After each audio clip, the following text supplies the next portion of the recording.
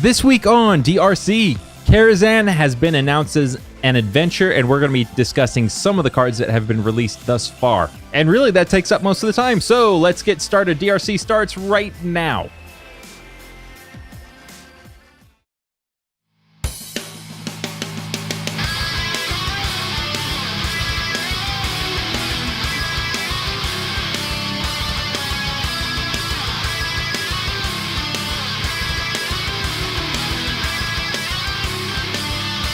You're listening to the Death Rattle Crew, a Hearthstone podcast.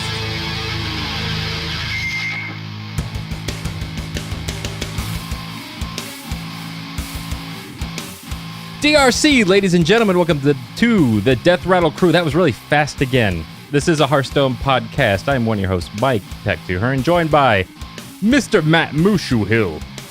Good morning, ladies and gentlemen. It is 10 degrees in Australia. Well, my part of Australia, and I can't feel my fingers. Is that 10 degrees Fahrenheit or Celsius? We need to know. Celsius. Got it. Celsius. So I'm kind of being a little bit of a bitch by saying I can't feel my fingers, but I can't feel them, so I don't know what to tell you. Oh. I want to get that checked out, considering it's only actually 50 degrees Fahrenheit. Yeah, it's not even freezing. And that other voice you hear is Mr. Bradford Lee. What's up, Mike? What's up, Mushu? Don't forget, you can follow us at www.deathrattlecrew.com. We're on Twitch, Twitter, YouTube, all those places. Just search Death Rattle Crew.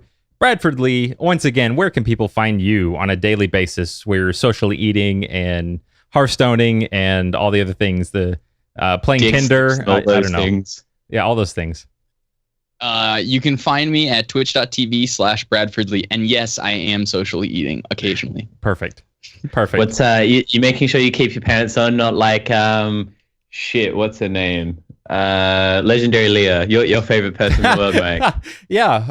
Well, here's the thing. Brad doesn't really he doesn't have to worry about it because, well, correct me if I'm wrong, you don't have you're not a biology major, right?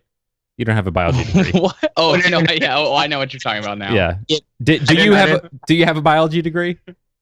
I do not have a biology degree. Sadly, then so, yeah. He can be ignorant to the fact that he does or does not wear pants on the internet. He's not held up to a standard of those with biology degrees. Has there been any like close calls, Brad, where you maybe forgot that you were streaming and you done something that you were like, shit, I hope no one was watching? I was totally picking my nose once, and right after I got done streaming, and someone on the stream was like, oh my god, I can still see you, Brad, because I had hosted somebody, but I was still streaming. But so like someone went back to the non-hosted side of it and totally saw me picking my nose. Jesus, yeah. A couple of times I would phase out and just forget, do something like that, and just sort of like, I'm terrified that somewhere out there, like I've accidentally walked in front of the camera, like naked, coming back from like a shower or something like that is horrible. Because a couple of times I came back and found I'd still been streaming for like 6 hours after I stopped. It was just a black screen. So there could be, I don't think it's too likely, but there's potential of me walking past in a towel. So there's your little Easter egg for the week. Nice. I've definitely stood up before and like unbuttoned my pants and like had them like, because I was like, I'm sitting in my chair, let's unbutton my pants, let's relax, and then stood up and been like, oh crap, and then like immediately as I stood up, I like grabbed my pants and like try to hold them up. I can see Brad just lounging with his hand down his pants, like, yep, ready to go. This is just deal with it. Not doing anything wrong, just kind of just hanging out, and be like, yep, this is just normal Wednesday for me. Well, the beauty of streaming Hearthstone is that you only need one hand because you only need one hand on the mouse. So that's exactly what I do. I Al Bundy my way through streams. Not all of us have the APM where we can play as well as you with just one hand. Some of us have to use both hands to have high enough APM to be good at this game. Jesus Christ. It's probably all over for you, Mike, then, if that's...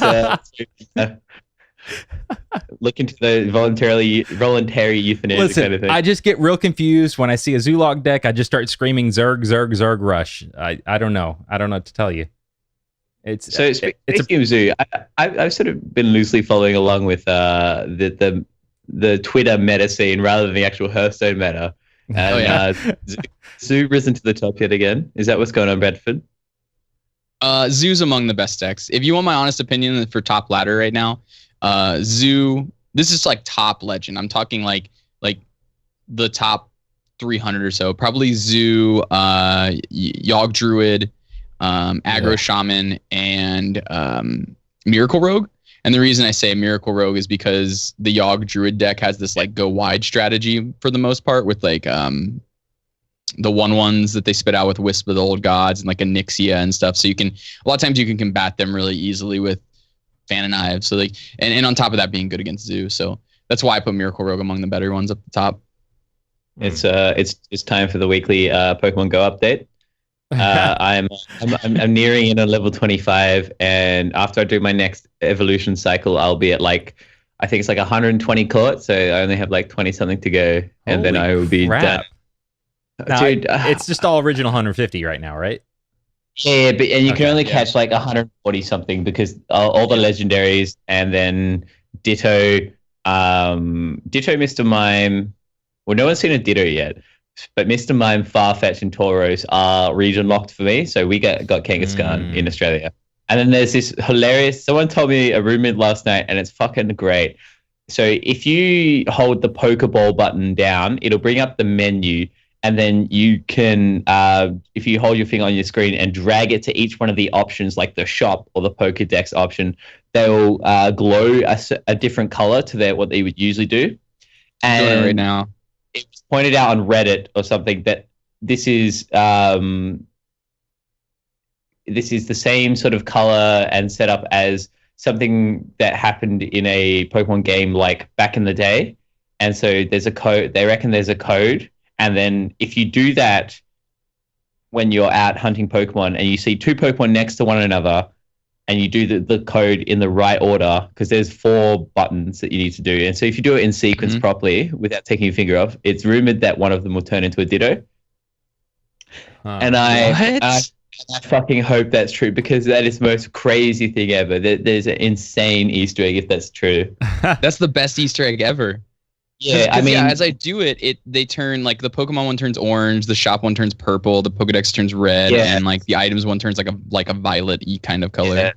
So there's your Pokemon Go update for the week, boys. If you see 2 Pokemon that are the same, like 2 Pidgeys on a Pokestop or something, then have at it and just have a fuck around with the color sequencing and see what happens, because you could be the first person to find Ditto in the world, and that would be ridiculous.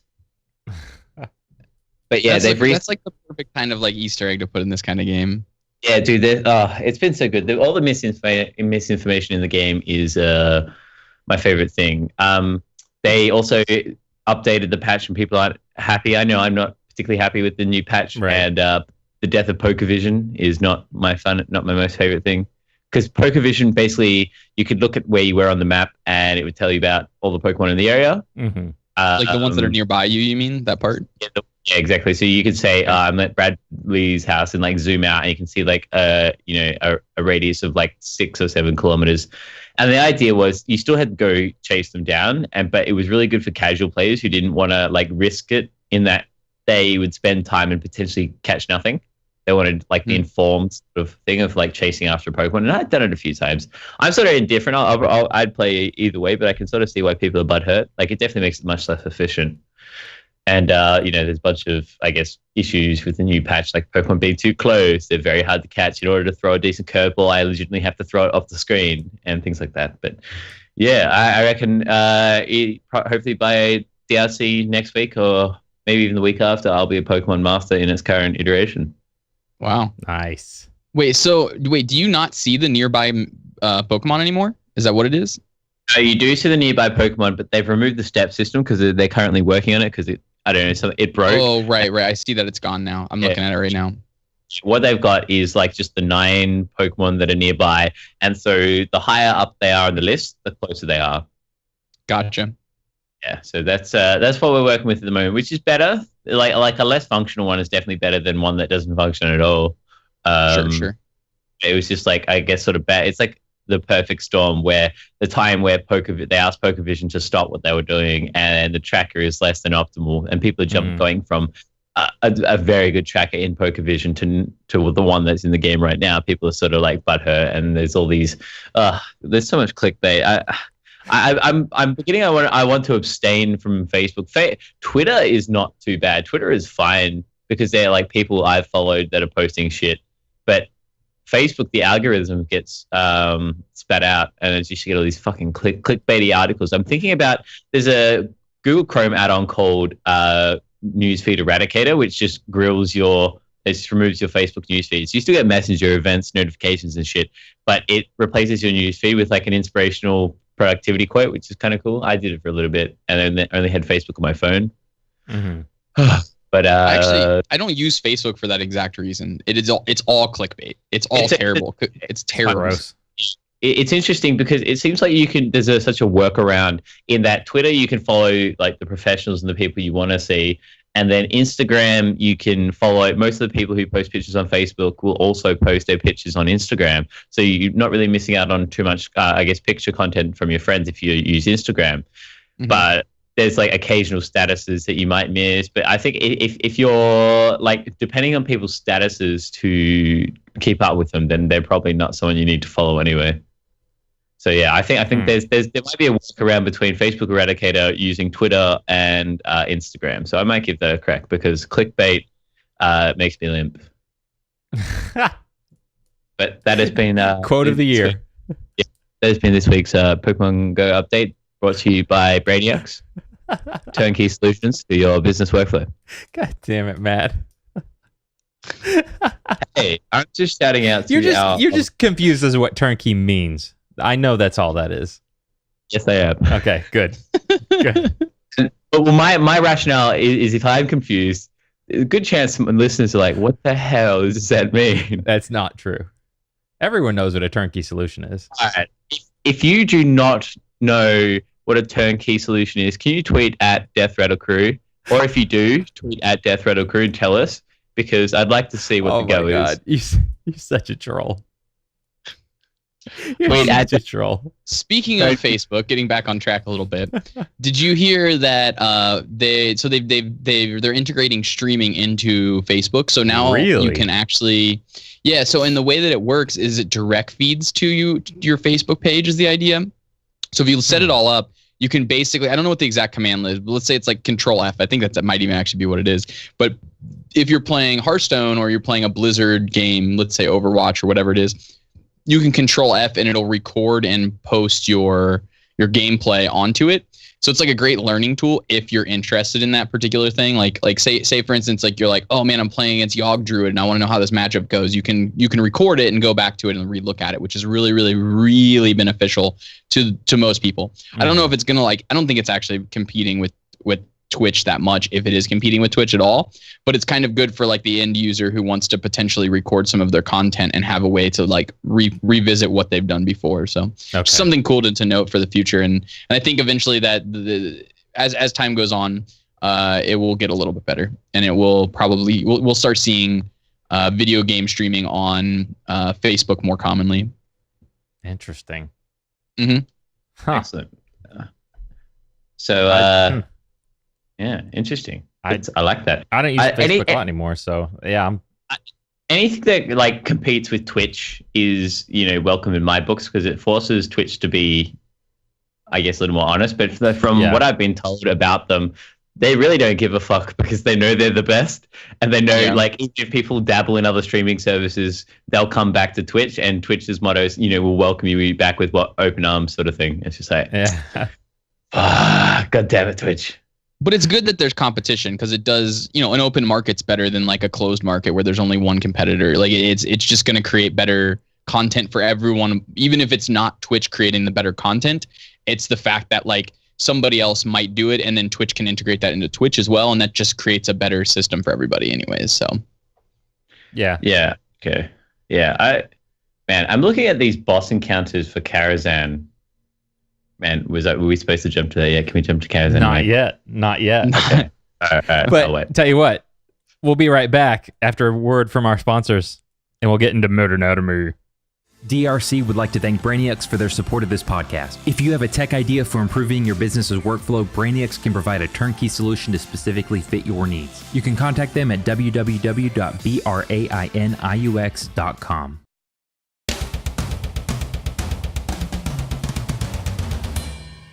And welcome back. This is Meta Anatomy, your one weekly stop for everything Hearthstone. I am Tech2, joined by Bradford Lee and Mushu. Guys, we've got some big news to talk about. If you're playing Hearthstone, you know exactly what I'm about to talk about. Before we get into it, though, I want to start this with an email. It's from our friend Tommy Funbags, friend from work, and a normal shows up normally to our Twitch stream. He says, "Dear Meta Boys with a Z, receiving random cards is very appealing to me as a casual player, but introduces an aspect of unskilled RNG luck that can totally throw off a deck matchup in professional play. I want to know if you guys think receiving random cards ruins the deck matchup dynamic. Can you play for randomness? Should you play for randomness? Lately, we've seen more cards that do this. For example, the Discover mechanic, but they are not equally distributed among the classes. Do you think this high amount of randomness will continue in the future of the meta?" Yes. So now that we've seen Karazhan a little bit, what do you? I'm going to say yes too. Brad, what do you think? Yeah, I mean, sure. I don't think randomness goes away. I think it's a design choice that they've made, and they think they've chosen to pretty handedly say that that's the design choice that they want, and so I think it will stay around for a while. I really don't see them getting rid of random effects. Like, I think random effects are a pretty solid thing for the game for the most part, and it's certainly something that I think they keep around. So yeah. Okay. Go ahead, Mushu. Yeah, I was just gonna say I love random effects, like particularly things like Kabbalah's Tome, or is that what it's called? The Mage Tome that generates 3 random mage cards. Yeah, things like that. One of my favorite things in Hearthstone, because it means that the game becomes like less solved in that instance. It's just spits out some random cards, and I'm sure you could Google like on average what you get, like what the average, I guess, spell power or spell effect is, and that's the thing. You're playing it's random, but you're like trying to play for the average of the random. Like with the boom bots with Dr. Boom, you're always going to do at least on average 5 damage or something, or 4 damage. But yeah, so the idea is I like making the decision based on an average of that randomness, and that's sometimes you roll high, and sometimes the boom bots do 1 damage to face, and you want to kill yourself. and that's the fun of Hearthstone. Your opponent's going to kill you anyways. because those times that the boom bots that you roll low with your RNG and generate shit cards, also known as the boom bots hitting your opponent in the face for 1, you forget about those times, because those times when you hit them in the face for 8, and you pick up the Pyroblast from Kabbalah's Tome, or like something insane from a Discover mechanic, those are the really fun times that you remember. Mm-hmm. Or maybe you remember the bad times, depending on what kind of person you are. But sure. I honestly, I love the Discover mechanic though, because the Discover mechanic is, while it is random. So like, actually, Raven Idol is one of my favorite cards right now. Raven Idol is a great card because the Discover mechanic, while it is random, it still presents this idea of giving you options. And so it's a tutor effect. It's a tutor effect that like is pseudo random. You get a tutor for a specific thing, but get that random thing. And that's really cool that you can like manipulate what's going on in the game based on that tutor effect. And so I think that's a really strong effect, and something that I think for the most part is a positive for the game. Because again, like Mushu was saying, it's a dynamic experience every single game. It's always different. It's always going to present something cool and different for you every single game. Helps us not get stale. I guess that we're gonna continue talking about the email, not specifically, but as we talk about these new cards, because I feel like this last, we had randomness in Pilot of Shredder, then we have the infamous Yogg Saron, which I'm not a fan of, but before we start looking at these cards, I'm actually okay with some of the randomness that we're gonna see in this set. I think we need randomness. Like, just playing cards isn't random enough. I mean, what do you guys think? Or just having a deck and you don't know what you're getting every turn. Yeah, no, and that's why you will see people hold Yogg if they're in a winning position, because you don't want to give up that winning position. Right? It's Yogg is great from. Sometimes you just need to roll the hard 6, Mike, when you're behind, and Yogg Saron is definitely a crapshoot. And I fucking love shooting craps. because you can't. They don't do it in Australia. So any chance to get the chance to shoot some craps with Yogg on, it's my favorite thing in the world. I do feel like I've been pyroblasted in my own face slightly more than I have deserved to. Like that, what I'm saying is, in my distribution of randomness, I hope there's some pyroblast to my opponent's face in the mix coming up soon. Yeah. If I actually get back on Hearthstone, but as soon as I saw, like, because the competitive side of the season is more or less over for me, with the exception of last call. But yeah, I'm keen for some Karazhan funness. Yeah, I'm looking forward to it as well. Yeah, and the set looks just fantastic so far. The theme is really cool. I'm glad that they had such a, like, it's just a really fun theme. Yeah. Yeah. Oh yeah, because as someone who spent a large amount of his early teenage years raiding Karazhan, it's such a juxtaposition. This new Karazhan, because in current WoW Karazhan, it's like sort of like an echo of what Karazhan used to be. Everything's dead. Yeah. You know, everything's very spooky. For example, one of the first things I saw was like Morrows, and Morrows is one of the first. He's like the third or fourth boss, maybe earlier than that, but maybe second or third boss in Karazhan, and he's like the butler kind of guy who comes in and just and he tries to kill you. And it's terrifying. Like I saw when Morrows had like a full flesh body, I was like, "What the hell?" He looked Morrows. You put on some weight, buddy. It's just, and it's interesting because they've cut some of. They've obviously cut a bunch of the bosses.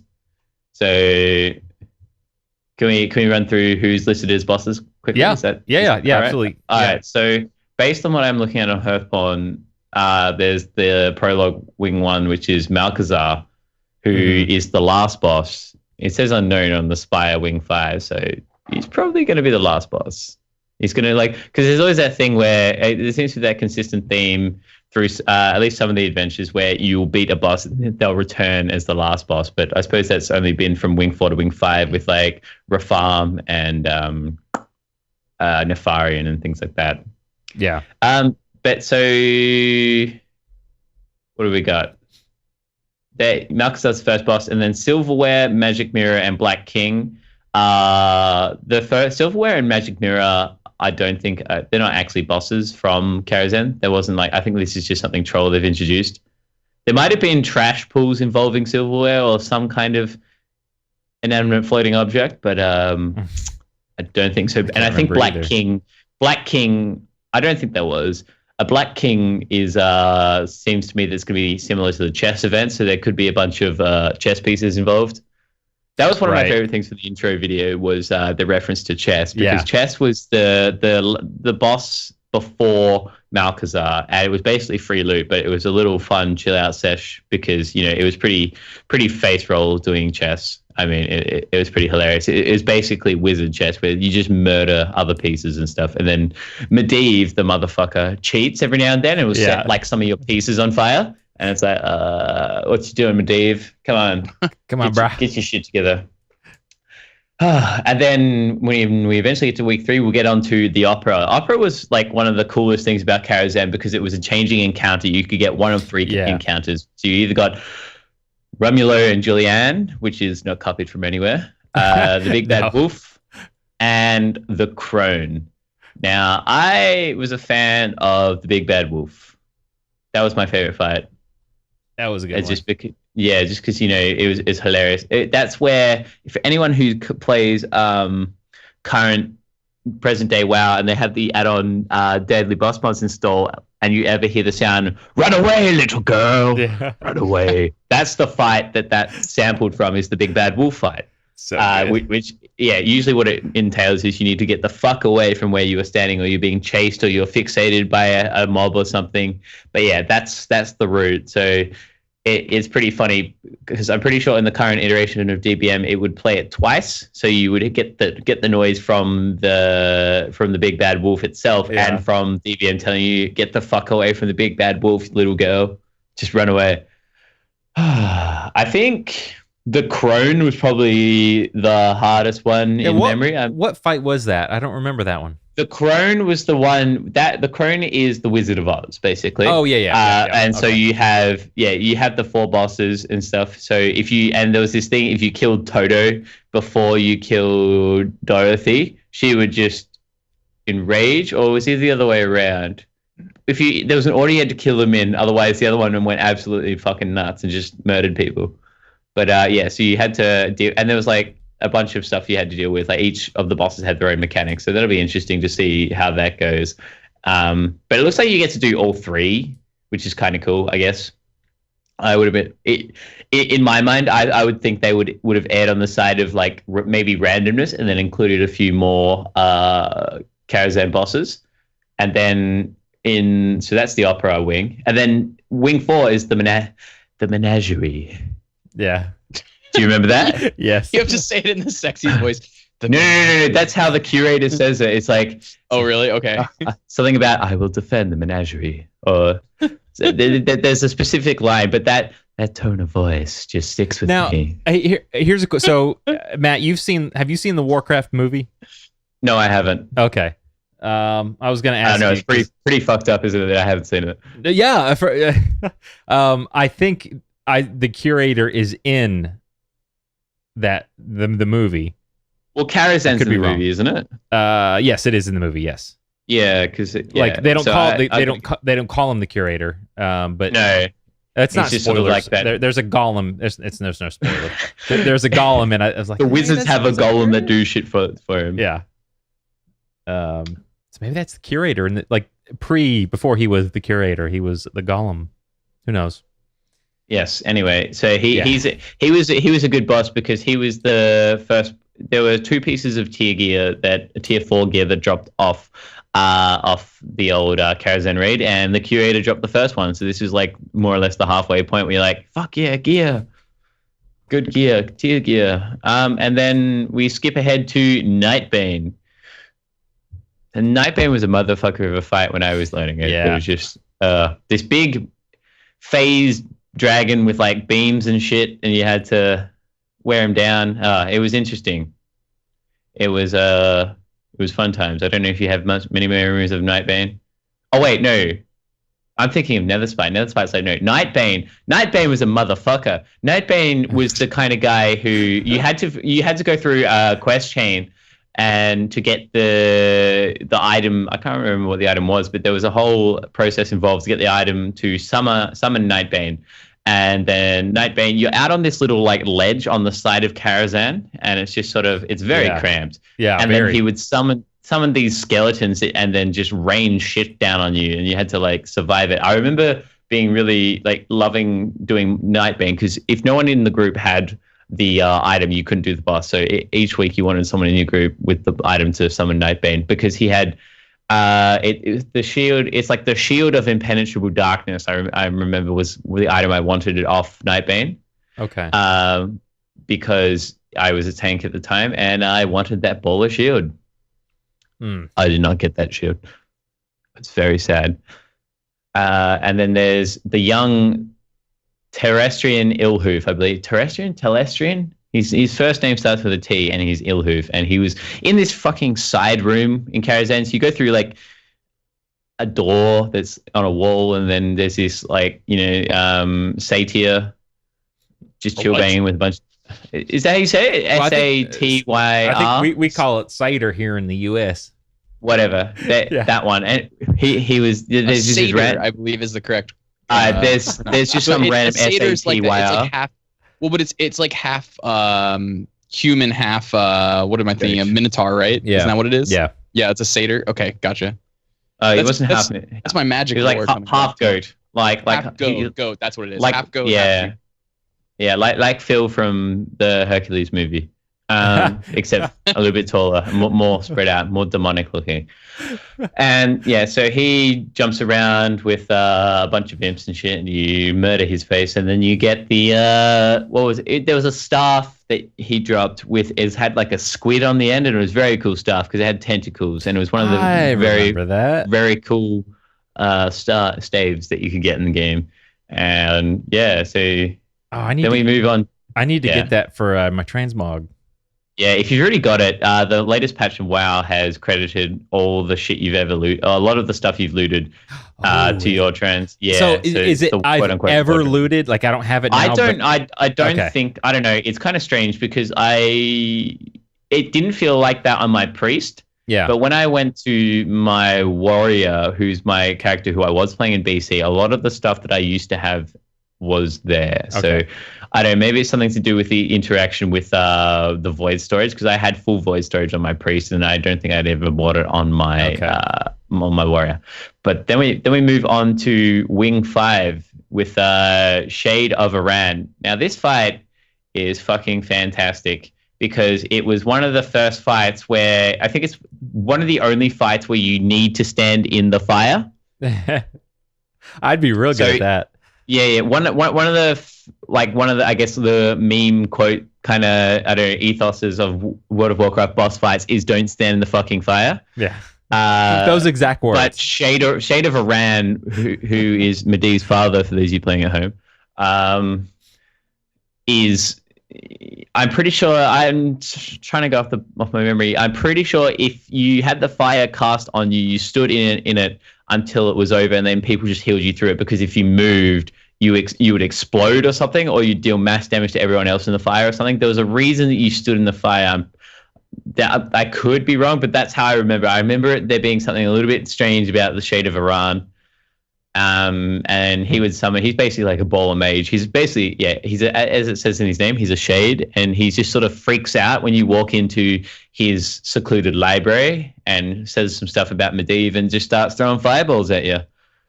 But it was a good fight. It was towards the end of the instance, but it was raid rather, but it was a good time. And then Netherspite. Netherspite was an absolute motherfucker of a dragon and dropped the very popular sword. Was it Spiteblade? I think it might have been Spiteblade. There were a couple of these one-handed swords that look absolutely massive. And basically my threshold for absolutely massive, awesome-looking swords in World of Warcraft is when you sheath the sword. If it goes on your back, it's an awesome sword. If it goes on your hip, it's probably a tiny sword, and you need a bigger one. But yeah, he was the dragon with the portals and shit, and an interesting one to fight. So some notable bosses that are missing include everyone's favorite, Attunement the Huntsman, who is the first boss of Karazhan, and everyone now farms him for the mount. Who else was missing? I remember that now. And there was a few. Maiden, she's missing. It was just a big stone woman who hit you with her hammer. Shit. Who else is there? I feel like I could just cheat and look it up. But yeah, what I'm saying is there are a couple of bosses missing. And then at the top, after you beat the chess event, is Prince Malchezaar, who is probably the unknown boss, because that fight was really strange, because he would swap health around and you get like this fake health, and then you'd had to run away before he did this AoE and killed you. But then there was like infernal spawning, and there's a bit of RNG involved. So going back to Mr. Funbags' question, RNG in Karazhan fights was kind of brutal. But I feel like I've spilled enough about my fun times in Karazhan. Reminiscing of wowing it up. Yeah. So, one of my friends. Sorry, go on. No. Go ahead. I was just going to say one of my friends who is a WoW purist. That's his favorite raid of all time is Karazhan. And I think it's your favorite raid of all time, isn't it? Yes, Mikey. Yeah. And I think it was the first raid in Burning Crusade. And so how the raids used to work was basically you had to progress through the tiers rather than there being a catch-up mechanic. So, you had to do tier 4 to do tier 5 back in the day. At least that's how I understood it. But yeah. It was sir. It was just nice to not have to raid in caves, and like if it's going to be dank and dark, at least it was like a cool environment. Like when you get up to the library and you have that huge open area, that was just like, whoa, this place. And it's huge. It's a big dungeon. It's massive. Oh yeah, it's ridiculous how big it is. I remember I got the when they first put achievements in, I got the going down achievements because I slipped off one of the ramps and fell between two other ramps and landed on the ground, and it was just like you have fallen like what, like it was like 100 feet or something without dying. And it's like, holy shit! Now it would have been a long run back. Have you ever glitched into the basement where they have like the floating upside down bodies and all that stuff?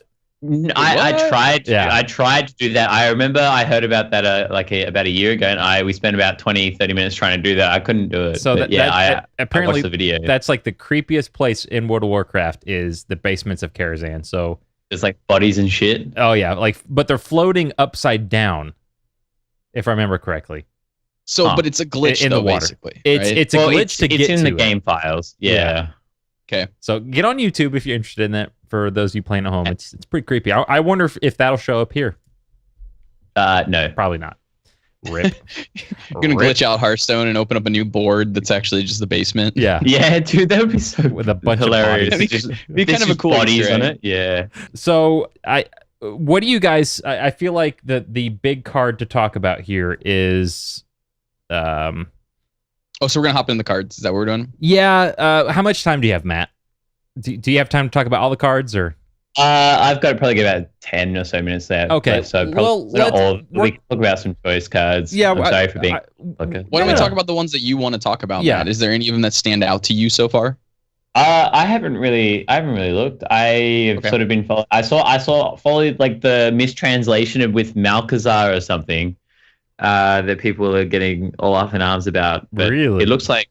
Yeah, but it seems the one I'm looking at Hearthstone, when the game starts, add 5 extra legendaries to your deck. Yeah. I wonder how that'll how that works. We were talking about this at work. It's just going to be. Well, do you mean it being random 5 extra, or you get to choose the 5 extra? Is that what you mean? No. I mean, random. Like why is the text 5 extra like so we get so I assume you have to play the card to get the effect.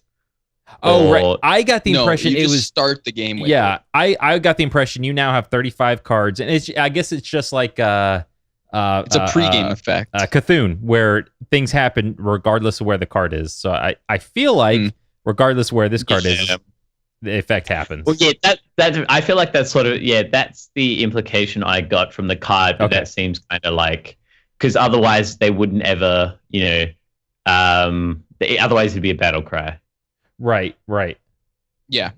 So this is and I think for them, what's going to happen with that card a lot, if people choose to play it, is I think people are going to overvalue it because they're like, oh, more legendaries, but you have to consider like you're diluting what your deck does besides those 5 legendaries. So the question for me is does it happen after mulligans or before mulligans? Because is mulligans considered the start of the game, or is post mulligan the start of the game? I would imagine it says when the game starts.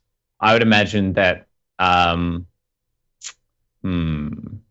so yeah, there are 2 ways you can sort of look at it. In that, when you sort of go into the initial screen and it's like Gul'dan versus Gul'dan, and at that moment after they do their little greetings things, that's when Malcazar could pop out and be like ha ha ha, and then 5 cards go in. Or you could do the mulligan, and then as you go to draw them, after you draw the mulligan, Malcazar could pop home and be like ha ha, and put him in there. But I think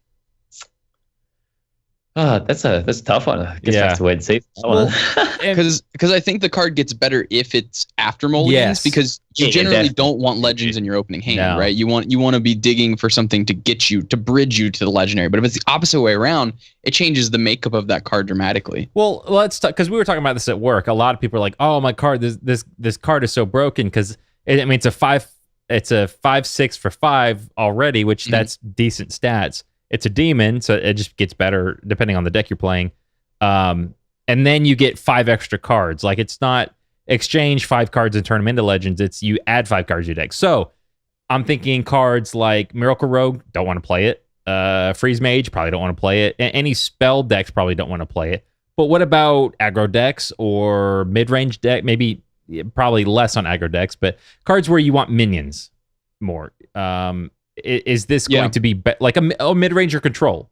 I feel like control is going to be a really good card. But. Yeah, I can see like some sort of super slow warrior deck that plays Elise and Malcazar just to get X more stuff Wow. for at least like for the end game for that, Yeah. turn 30 fucking fatigue turn.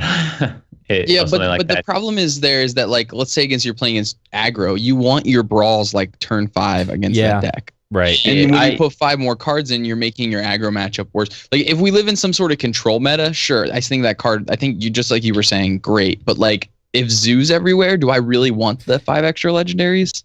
Perhaps not so much on ladder, but I can envision a time where it could earn a spot in a deck in a tournament lineup. Okay, yeah, I could see that. Yeah, I really like the design of this card. Yeah.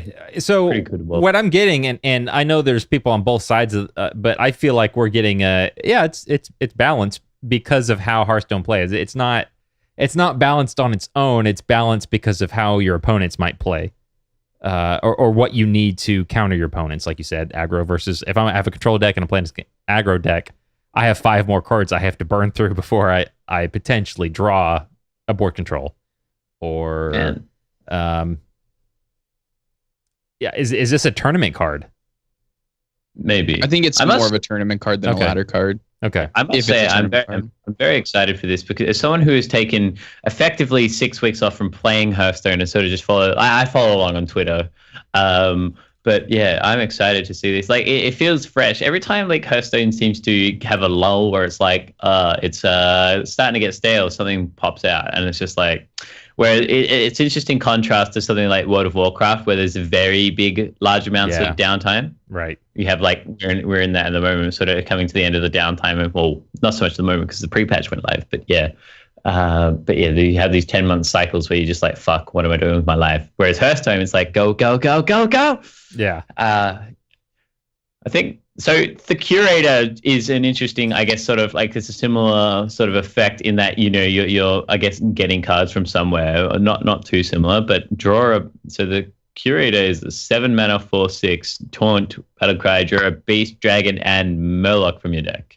Yeah. This card's interesting too. Yeah, so I'm feeling like it's all right. 2 mana to draw your card. It's a better draw because you could potentially handle what it's going to draw. So it's a better draw mechanic potentially. And then it's right because it tutors for what you're looking for. Is what you're saying, right. Yeah. And then it's 5 mana for a 4/6 mech. It's not. Sure, that's not too bad. Vanilla. I guess that passes the vanilla test, right? Since it has a it's part of a tribe. You may not be playing a mech deck, but I'm really not sure fair. where this fits exactly. Yeah, the place I think that I feel like I've seen people fit it into or try to fit it into that I think people are going to try it first is Freeze Mage, where you can play a Cold Light Oracle as the Murloc. You can play I don't even remember the name of this card. It's the Scarab, Jeweled Scarab. Is that the name of it?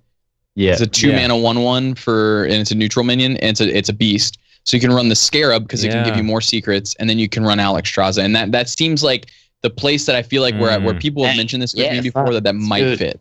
Yeah, my thought came to maybe screw the Murloc and you play in like I guess like a dragon druid or a dragon hunter, and you go for the beast and the dragon added to your hand. Like go for the 2 out of 3. I think going for the 3 out of 3 dream, with the exception of what you just mentioned, seems kind of hard. Or maybe some sort of weird paladin deck with a beast in it. Even like Sir Finley fits as one of the Murlocs potentially. Oh, so like you could still you can still tick that in there. So I think that like you were saying, you can focus on them like 2 of the classes, like dragon and maybe Murloc, or whatever 2 you want to focus on, and then the third one maybe you have as a 1 of, and that's just like so you can be like, I'm a dragon beast deck and I've got a 1 Murloc. So sometimes you'll get the third card, but yeah, even just getting 2 cards off of this is still serviceable. Like a 4/6 for 7, it's fine. I don't know. Yeah. It's kind of it'll be interesting. Yeah, I'm interested in the card just because its sheer value is really powerful. It's a 4/6 for 7, which is not terrible stats with taunt.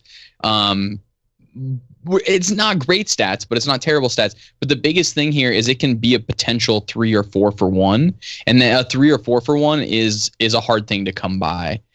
2 for 1s are not too uncommon with like weapons and things like that. But when you're starting to generate that much value out of a card, that's where it gets to the point where like whether the card is like the best card ever or not, it's still probably playable just because it gets you so many things. It gives you so many resources that there's going to be a deck that can utilize it as a resource. I'm wondering if Dragon Priest is going to get better because of this. Because we've talked about this before, Brad, where that deck, Dragon Priest is good. It just has a hard time closing out games when they go a little longer. It has trouble finishing. Yeah. And it's through lack of just pure, knock and face, or you're running out of cards. I wonder. I mean, this would help it, I guess, but I don't know. Yeah, I'm getting the impression this is like you said, like Freeze Mage. It's gonna be great in that. Yeah, deck. I feel like there might be some sort of control shell that would want it the most, because it feels like you were saying, the dragon priest deck. It's a board control deck. Like it's in its heart, at its core, it's still a control deck, and so like that's the kind of shell I feel like this card has potential in. Yeah, I like the just to jump upwards a bit to the Ivory Knight, a card with Discover. I mean, this is one of the first. It seems like this is the first time they've jumped back to a mechanic, like with the exception of Death Rattle. Yeah, like Battle Cry is innate through everything, and Death Rattle sort of like has come and gone. I would say Death Rattle is an innate mechanic, but Discover seems like the first time they've jumped back to one of the mechanics they put in since vanilla. Yeah, and I think that's good because Discover is a really cool mechanic, and like we talked about that earlier, even though it introduces RNG, it's RNG that's controllable, and that's really cool that they're doing this. And so, again, like we were talking about, it creates a really dynamic experience. So great mechanic. I'm glad it's back. Now, is this going to be Discover a Paladin card? Well, if it's Discover a spell, it could be anything. So it will only be spells of Paladin, because it'll discover spells, but there's no spells that are neutral. So it'll only discover the Paladin spells since you're a Paladin player. We see the same in things like Raven Idol, which is a pretty common card now in like the Yogg Druid type decks. That's where we're starting to see the similar kind of interaction. Yeah, I'm liking. I like this card. I think it's fair. I'm thinking about like the Enzoth Paladin that I've played, the Zombie Paladin I like to call it. I'm thinking I could take out one of, where is it? Forbidden Healings, because I'm running 2 in it. Take one of them out and throw one of these in. Because usually there's not a lot of games where I'm using both of them at their full potential. What do you think? I mean, yes, I think the cards. Okay. This is how I want to break this card down conceptually. Okay. Instead of actually talk about the card. The card costs 6 mana. Yeah. When something costs 6 mana in Hearthstone, it's a big limiting factor, because you only get 10 mana in any given turn, right? After turn 1 through 9, you only get 10 mana. That's it. That's all that's allotted to you. And so if you only get 10 mana in any given turn, then that means specifically that Ivory Knight will have to be played, and even though you'll maybe discover like a consecration from time to time and you'll be able to use all 10 mana, most likely what's gonna happen is you're gonna go Ivory Knight, you might get a spell that's playable that turn, maybe you'll get a secret for 1 mana, and then you hero power. So generally what this card's doing is it's the only thing you're casting that turn at 6 mana, unless if something else happens, like Emperor Theresen reduces in cost. And so that slot is really, really, really hard to fill unless you're using something really powerful like Sylvanas or Cairn or trying to think of another really good 6-drop, Reno Jackson, like you Mysterious Challenger. You need these real high impact cards once you go past 5. If you're going to put something in your deck that's beyond 5, in my opinion, it should be something very high impact. And I don't think Ivory Knight offers you that level of impact, because when you drop down to the 5 cost, you get things like Azure Drake, you get Stampeding Kodo, you get and they're solid cards that could potentially, like for instance, Azure Drake, it's same stat line, a 4/4, but it costs 5 instead of 6, and it gives you a card, which Ivory Knight does the same. It's a 6 mana 4/4 that gives you a card. The difference here is instead of spell damage bonus that you would get from Azure Drake, you're instead gaining a couple points of life, right? Yeah. So you're gaining 1 to, we'll say on average, 4 life. Yeah. Now, sure. I don't know what let's just say the average is 4 life. We'll just assume that it is. I don't know if that's actually the average, but there's that. And then on top of that, when you look at Paladin, there's a bunch of 1 mana spells. There's just so many 1 mana spells. So there are going to be higher percentages to hit all 1 manas. And that's not going to happen very often, but it will happen. And when that happens, and it's one of those games where you're like, well, I need to just gain life, or something. It's like, so we play this plus we kill something, or we like cast humility on something. Those are the times when you're going to be a little bit disappointed. However, again, keeping in mind though, if you cast Ivory Knight on turn 7 and you get humility off from it, and then you humility their minion, you've gained 1 life, plus you've gained a bunch more life because you humility. Right. So like, I think the card has a lot of utility, but I think the biggest limiting factor is the fact that it's a 6 mana a minion rather than a 5 mana minion. And I'm gonna think it's a bit of a bold claim, but I'm gonna say that the card is maybe, like, I wouldn't say it's unplayable, but I don't think it's going to be played much. Okay, like Zerkson, I hope I said that right, in chat said average is about 3 to 4, because I think this has been brought up before. I think when we were talking, when Inspire first came out, I think I think everyone had talked about this throughout the community. I think the average is 3 to 4. Zerzin, got it. Zerzin? Is that it? We'll go with that. Yeah, that sounds good. What were you saying though? The average was about 3 to 4. So let's just say we'll just go with 3. A 4/4, a 3, an extra card to your deck that heals for 3, and it could be a spell. So it's not tempo the advantage. I guess it would be. No. It's all about attrition at that point. Yeah. You're trying to play an attrition strategy with this style of deck. Okay. Yeah. That honestly, of all the cards that have basically been spoiled, that's among one of the ones that I think is the least playable. Which is crazy to say. But I think that card's I really think that card is not that great. I think it's maybe worse than it looks on its surface because of that 6 mana. I think that 6 mana is such a limiting factor, and I just like it wouldn't be if certain cards rotated. Like if Sylvanas and Cairn were going to rotate sometime, okay, sure. Like sure, maybe then the 6th slot becomes more open. But these are core cards, and the way that they currently have it set up is that those creatures aren't rotating. Those minions are not going away because they're part of the core mechanics of Hearthstone. And honestly, we talked about this mini podcasts before. We've talked about this multiple times. I still am on the camp of you should rotate the whole set. You should get rid of the classic cards at some point, and that's how you should keep going rotations. And maybe they move into that at some point. And if they do move into that, maybe Ivory Knight becomes a better card because Azure Drake's gone. Okay. Cairn's gone. Sylvanas is gone. Then there's a spot for Ivory Knight in my opinion, but I could be completely wrong. Don't get me wrong. This card has potential. It's a powerful effect. Anything that has draw a card on it, any card that has draw a card should always be considered when you're looking at new cards. That's the strongest mechanic in the whole game. Draw a card.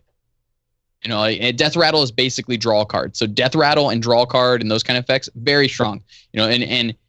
And that's why they just need to be considered at all times. So I think the mechanic is really strong, but I still think it's not quite there. So is my opinion. It's Zerk Zen. Sorry about that. Hey, don't have to feel bad, man. Don't worry about it.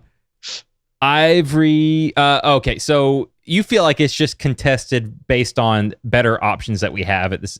Well, okay, I can see that. Better. It's obviously better options at the 6 mana spot. But I do see what you're saying. You've got 4 left, and what do you have that fills in? Yeah, or like when you're playing Arena, it's a lot easier, I've noticed, to drop 2 5-drops than it is to drop a 6 and a 4 or a 6 and a 3.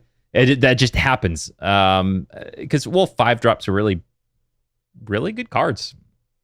Yeah, especially in Arena.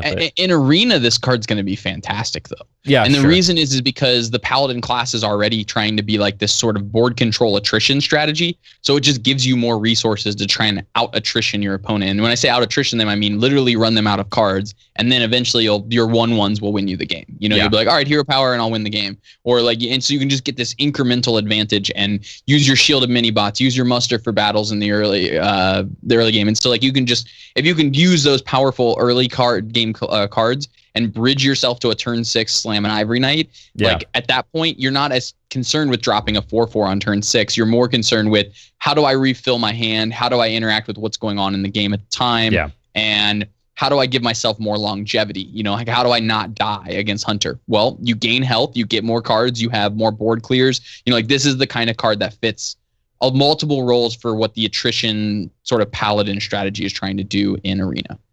Well, before we move forward, I just want to say I think the cards, I like the card. I want it to be good, and I haven't been wrong about cards like Silent Knight yet. So, dude, Silent Knight's being played. You is know it that, really? Right? I mean, of course it is. Yes. No, what are you seeing it in? So for all those people who don't know, I'm totally excited now. Mike jokes that he thinks Silent Knight is one of the best cards ever. And when we reviewed it, he was like, I really think this card's gonna be great. And so it's just been like an ongoing joke. This is the same with Trogzor was the other the Burninator was the other joke card before that. I still like that card. I still think it's terrible though. I like the card. I love the theme of it and like the thematical idea behind it, and like the fact that the Burninator was in the game. Yes. You know, it's awesome that we can be like Trogzor. But the thing is that Silent Knight's being played in this sort of like secret in kind of strategy with Rallying Blade, and that's really the strength of it. You mean you can hold it for Rallying Blade? Did you say Silent Knight or Trogzor? Silent Knight. Okay. Silent Knight is. Okay. Yeah, not Trogzor. Trogzor's for the shield, right? Yeah, because it has Divine Shield. Gotcha. And so like you can just sit it on the board, and it's a kind of a comeback mechanic in that deck, so that's why it's seeing play, but it's kind of cool. So it happened, ladies and gentlemen, for those of you playing at home. When we talked about the card, moving forward now, the card's great. Well, let's go on to the next card. All three of them. Nailed it, apparently. Got it. Got it. So next card I want to talk about is another Arena staple, I think, and probably the card that people are arguing is going to bust Arena and like make it too good in Arena. It's this Mage card. What is the name of it? Firelands Portal. Oh, yes. So good. It's the 7 mana, deal 5 damage, summon a random 5 cost minion. It doesn't even say deal 5 damage if this minion died, summon a random 5 cost minion. It literally just says deal 5 damage, summon a random 5 cost minion. Pretty strong. I don't think this card sees play in Constructed, but I think in Arena, the real power of this card is if you think about it, for 5 damage, that you're expecting like a fireball, right? That's like 4 mana. Summon a random 5 cost minion is 5 mana as well. So for 7 mana, you're getting approximately 9 to 13 mana worth of value. Yeah. Is the way to say it. Or sorry, 9 to 12 mana would be the way to say it. But anyway, basically the idea is that you're generating more value out of this card than what you're paying for it. And on top of that, it says deal 5 damage, not even target a minion. It just deal 5 damage. So you can kill your opponent with it, gives you more burst potential. It gives you the ability to even like say sometimes you've got like Fireball, Firelands Portal in hand. You can just be like, Firelands Portal, you put out a 5/5. They have to kill the 5/5 rather than hitting your face unless they have you dead that turn, and then you can go Fireball. And so it just distracts them at the same time when you're on this like burn you plan. So the card is just going to be an all-star in Arena, and it's a shame that like this isn't in another class, I guess. Yeah. So yeah. Do you feel like this isn't going to be good on ladder then? So we were talking about this card actually a lot, and the thing is about Mage is Tempo Mage works because you have the early game stuff to like bridge you to Yogg, to your Kabbalist tomes that generate you value. So you have like, you can use your Flame Wakers to just kind of bridge you to the mid to late game, you know, and use that for the early game. Or you have like Mana Worm to buy you time in the early game, or like your early cheap removal alongside like an Azure Drake to bridge you to the mid game. And so the card doesn't necessarily, it's not necessarily one of those cards where I'm like, yeah, it's not going to see play in the deck or anything, but it's one of those cards that I don't see it as a 2 of, first off, because it's really costly. Secondly, you might as well just play Kabbalist Tome because you can just get it off your Kabbalist Tome, and it's almost like you have one in your deck then. And so I think that the deck, and Immortal Lion was talking this and praising this idea. I don't think it really fits in it. I think it just makes Kabbalist Tome stronger.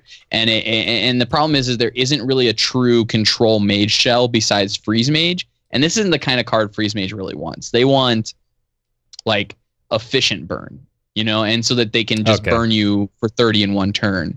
And they're trying to set up for this burst turn. So this card doesn't really offer them anything there.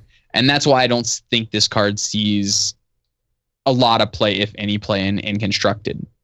Interesting.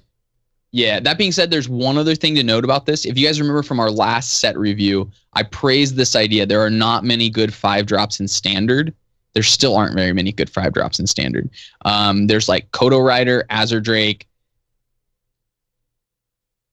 That's it. There might be another one. And those are both battle cry cards. Tiger, Stranglethorn Tiger. Yeah, and they're both battle cries. So you don't get them. True. Yeah, so you want the Tiger. That's what you want. Yeah, you want the Stranglethorn Tiger, basically. Yeah. I'm sure there's other decent ones you could get off from it. Like, I can probably look at my collection roll this way. There's like Corrupted Healer, maybe, or Healbot or something. Maybe like a Fin Creeper's okay. But like for the most part, you're going to get things that are not amazing for you in constructed. Except for maybe sometimes you'll get like a Grim Patron and then target your own Grim Patron and get 2 of them or something. You know, like something weird like that can happen. But for the most part, there aren't amazing 5-drops out there. I'm looking at this and there are like they all have battle cries. Like the only one I can I'm like Shaman has the 7/8 with taunt and you don't. I guess you wouldn't have the overload because you didn't play it. It looks like you want the Shaman. Yeah, you want the Shaman cards. Just 3 good Shaman cards that would come out at the 5. Doomguard would be good. Oh yeah, Doomguard would definitely be good. That's one of the better ones for sure. But that's basically it. I mean, there's also like Nexus Champion Sarad, which can be good, but then you also have to have 2 extra mana to use the ping to generate the extra value from it. Like, and like even like Druid of the Claw is not great because it just comes in as a 4/4. Like it doesn't come in with its abilities. And Ram Wrangler's terrible. Like, there's just a lot of bad options out there for the most part. It's in play, and so like I just really don't think that this card sees any play. But in Arena, all-star, absolute all-star in Arena. Yeah, more removal and more dudes and more value. Exactly what you want at 7 mana in Arena. Right. Oh yeah, because I'm looking. You know, you can get a Muckless Champion. What is that? Valdi Raider, which those would all be great in Arena. Mm-hmm. There's like Pit Fighter, right? Isn't Pit Fighter a 5-drop? I think that's 6. Is it 6? Okay, yeah, never mind. Oh no, Pit Fighter is 5. Pit Fighter's 5. So Pit Fighter's a good choice. Oh, is it? Oh yeah. Where is it? Oh yeah, I'm sorry. Where is it? Yeah, it's Pit Fighter's a 5. Okay. Yeah, I mean, like there are some good ones, but for the most part, it doesn't feel broken at that point. Like it just feels like it's like, sure, whatever. You're okay with it. So. Okay. I mean, unless you get the Earth Elemental or something. Right. You know? Okay. But like, yeah, I hear you. Yeah, it's just not great. I guess it comes down to what's the goal of the deck. And like, we just haven't really seen in a while a mage deck where it's like, I want dudes. I want lots of dudes on the board. Give me all the dudes. Sure. And I don't know. It's fine, but it's whatever. Yeah. Anyway, let's moving forward. Moving forward for all these playing at home. Did we lose Mushu? Oh, Mushu already left. Yes, yeah, he had. We lost off. Mushu. Okay. He's out to the wonderful world of work. I was gonna ask him what he thought about Barnes.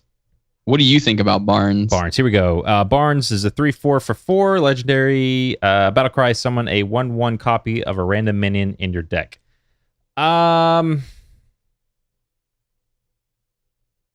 So I don't know.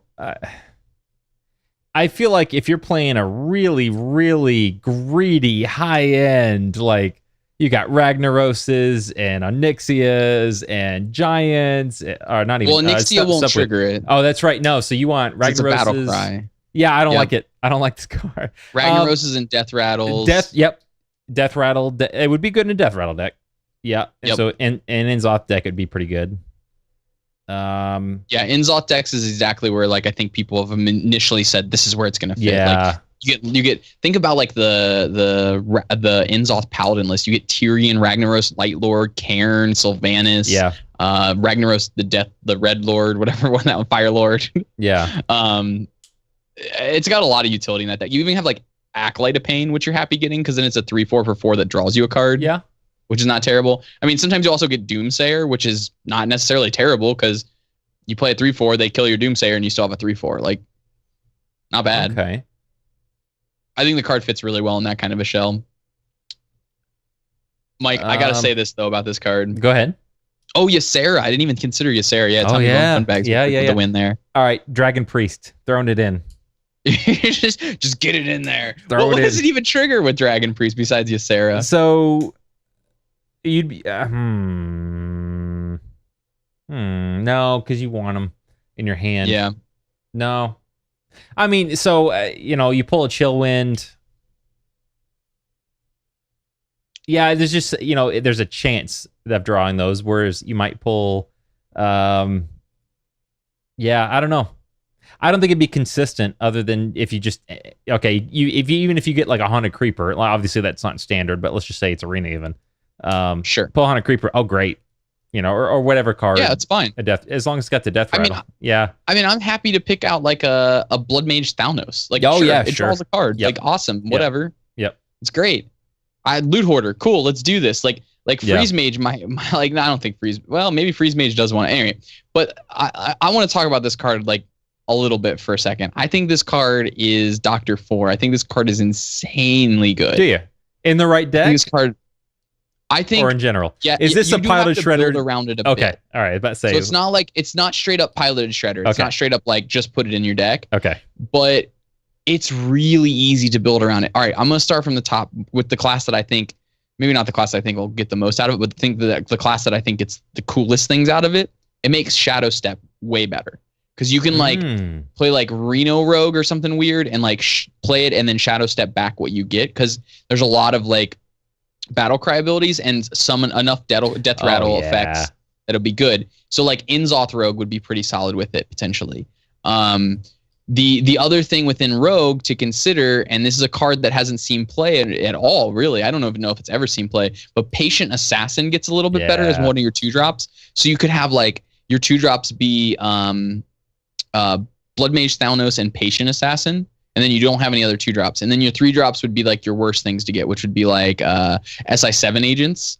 But after that, everything's a value minion. You've got like Tomb Pillagers, you've got even Zeril if you're running Zeril that can create some sort of value alongside of it. And then on top of that, you can also run like Reno if you're playing that kind of a build, your Inzoth, your Death Rattle Shell. So I think there's a lot of like fun things you can do with Rogue with it. But the Patient Assassin, I think, gets better with that card in that kind of a deck. So I think like I don't know if the Patient Assassin ends up being a playable card. Probably doesn't, because I don't think like Raptor Rogue or like Inzoth Rogue becomes the go-to deck, but it does certainly present enough like power that I think that it could fit in that shell and just naturally fit in that shell. The other thing to consider with that deck or with that card is, I'm just going to run through the list here. Druid, it's insane with, because you can play it in multiple types of blue Druid decks. Astral Communion Druid, it's going to be good in. It's going to be, and not that Astral Communion Druid is going to be good, but it's going to be good in that deck.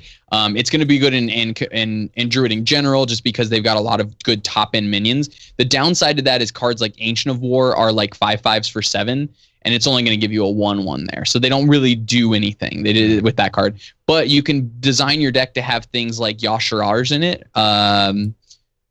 Which was previously unplayable, really, or not unplayable. It just hasn't seen any play at all. Yeah. But if you can go turn 4 Barns into Yashirars, like, and then that just puts a random minion from your deck into the battlefield, you've just created some insane value there, and it's just so strong. And not only that, but Yashirars you can get off of your Barns, and then play Yashirars off your Yashirars.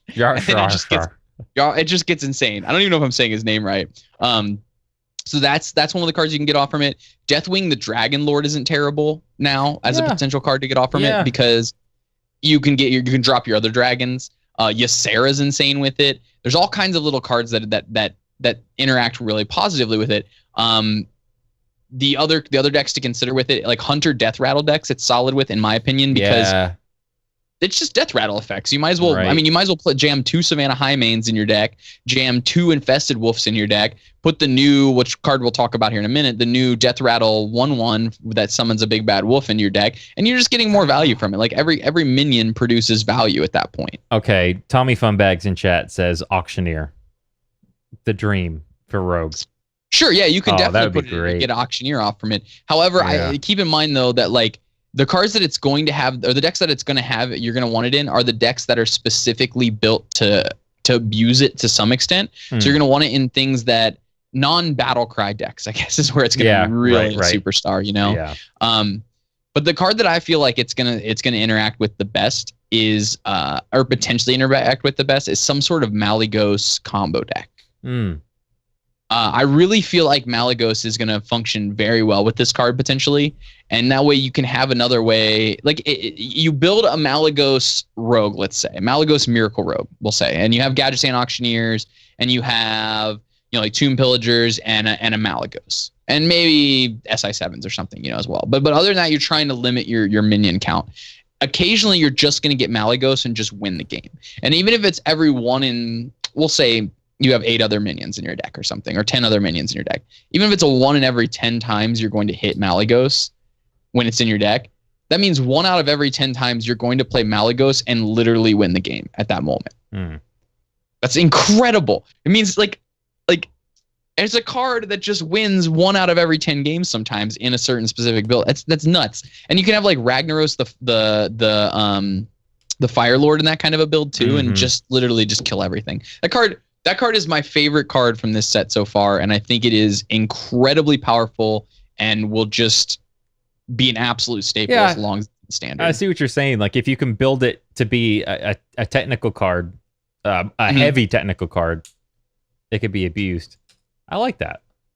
I like that. Yeah.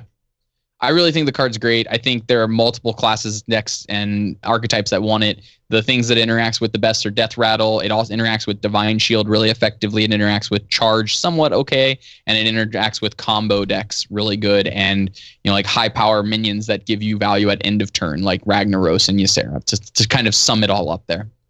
Right. Okay. Also, sometimes you can really get them with the Naz Dormu, right? You can be like, Barnes, Naz Dormu, go. The troll play. That card's going to be really good. I think that's the card to sort of look out for so far that we've seen of these cards that have been revealed. Yeah. Yeah. All right. We were talking about this one at work too. Protect the King. Warrior spell. 3 mana for each enemy minion. Summon a 1/1 pawn with taunt. So the first thing I think of is, okay, you play this and you play bolster. Okay, so you're bolster warrior, right? To make 3/3s everywhere, right? Okay. But here's my problem. If your goal is like, all right, I'm gonna get 6 3/3s, are you really doing anything other than just like you're actively losing and you're just kind of slowly losing at that point? I mean, what do you think? I mean, okay, so it's a great catch-up mechanic, but because when you're behind, they don't have charge though. That's my problem. Well, right, it is unleash the pawns, but it doesn't have the actual unleash effect. Right. I like to call it unleash the pawns, by the way. That's a name that's the name of that card from here on out. It's not protect the king, it's unleash the pawns, because they protect the king. Anyway, so when you unleash the pawns, like it's great when you're behind, but it's dead when you're completely ahead, right? It basically does nothing. So I don't know if it fits into like a bolster shell. I think maybe it's like a pure control shell that it wants it, because the pure control shells have like brawl to catch up right now and spot removal. So if it can use this to like buy a bunch of time, that's pretty strong. So that's what you're thinking is, all right, you've got 6 minions on the board. I'm going to play 6 with taunt. You have to, unless you've got removal, you're going to have to run every single, and that gives me another turn to potentially draw into my brawl for the next turn. Is that's your idea? Yeah, exactly. And it's not just stall, but it also kind of interacts with the board at the same time. Okay. Protects you, it protects the king, if you will. And I follow. And if we've seen anything from Unleash the Hounds, we know Unleash the Hounds is really strong. In fact, I think Unleash the Hounds is stronger. But Unleash the Hounds already sees play, so I would expect Protect the King to see play. And on top of that, we have to think about it conceptually, Mike. We have to think what class does where does it shine? And it shines against Zoo because Zoo's flooding the board. Yes. It's solid against Shaman because Shaman's got multiple minions and their hero power, right? And it's gonna and they sort of flood the board to some extent. And then it's probably good against Paladin as well, because Paladin will use its hero power to get some stuff on the board.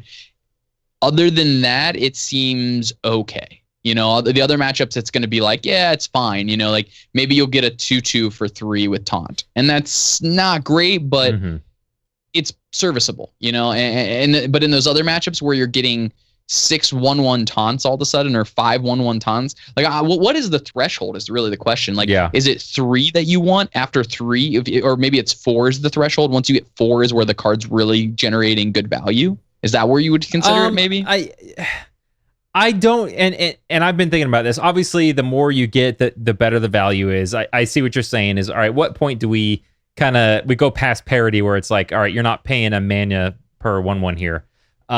My point is, you're not. It's not getting you ahead. It's buying you time, and I'm wondering, are you just going to have to play the slow control deck? Is that where this is getting? So, are we talking just control warrior? Or even Dragon Warrior? Do we want on a turn 8 to play this and an Azure Drake? Is that a good turn? Is that a good play? If you're playing against a zoo that's got a couple 3/1s or 3/2s and a Doomguard, or is it just kind of I don't know. I don't feel like it's getting you ahead. It's just kind of all right. But let's get past turn 7 and get to turn 8. Is that fine? Isn't that what it's trying to do though? Like okay. Yes, so yes. If we think about like the we haven't. I don't know that we've talked about this much on the podcast before, but it's sort of the what's the term of it? It's basically a theory of, it's like a quadrant theory of card design, right? There's this idea that there's different quadrants, right? And one of the quadrants is when you're ahead. One's when you're sort of at parity, when you're both fighting for the board, and one would be when you're behind, right? Yeah. And there's the fourth one, but we're not even going into that. Basically, we're trying to say, when we're ahead, is this card good? Well, no. When we're ahead, this card does almost nothing, right? When we're behind, is this card good? Yes, this card is good when you're behind. When you're at parity, is this card good? Well, at parity, it's like mediocre to okay, right? Because you're going to get 2 to 3. So when you're behind, it's giving you 4 to 5, and it's really good. When you're it's mediocre when you're in the mid game and you're kind of fighting for position. But when you're ahead, it doesn't really do anything. It's like non-functional in that setting. So that being said, I think the card has to be valued high because it's good when you're behind. And cards that are good when you're behind are the kind of cards that you want. Unleash the Hounds is a great example of that. The reason you play Unleash the Hounds is because it's great when you're behind. Knife Juggler, Unleash the Hounds, clear your board, boom, I'm back ahead and I'm the hunter, right? Like that's what you want. That's great. But like Protect the King, I don't know, Protect the King is just one of those that like it's good when you're behind, but it still just could get Ravaging Gold away. Like it still can just get blown out, And so it's one of those cards that's not quite on the same scale as Unleash, because even Unleash the Hounds when you're ahead is okay because you get at least a 1/1 beast. Right. Like you can utilize that 1/1 beast for 3 mana to do something positive for you. But unleashing or unleash the pawns is not going to be nearly as good, because when you unleash 1 pawn for 3 mana, a 1/1 taunt for 3 mana isn't progressing your game plan as a control deck. Right.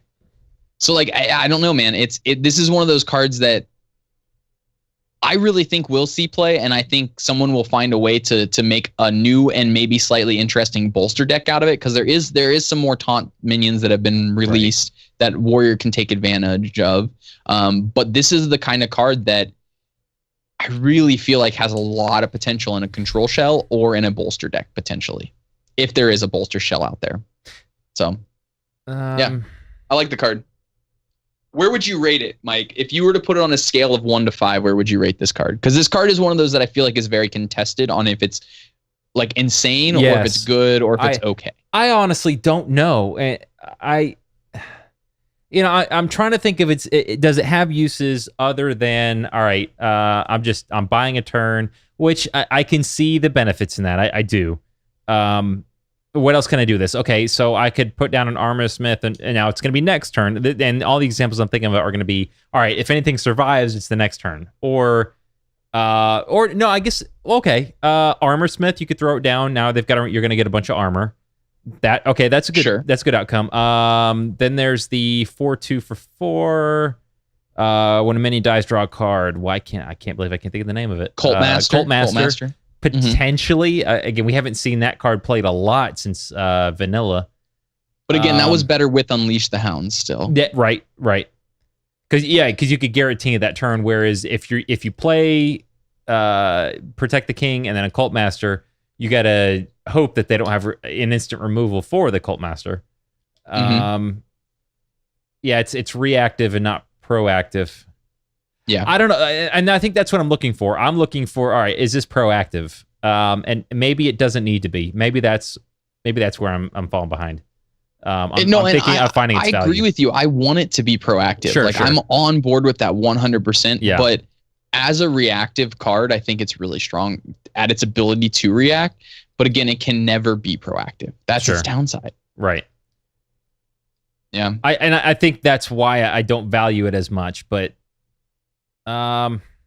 maybe there is some sort of bolster deck that really abuses it, or maybe plays it even as just a one of, just because you want more taunt effects. Yeah.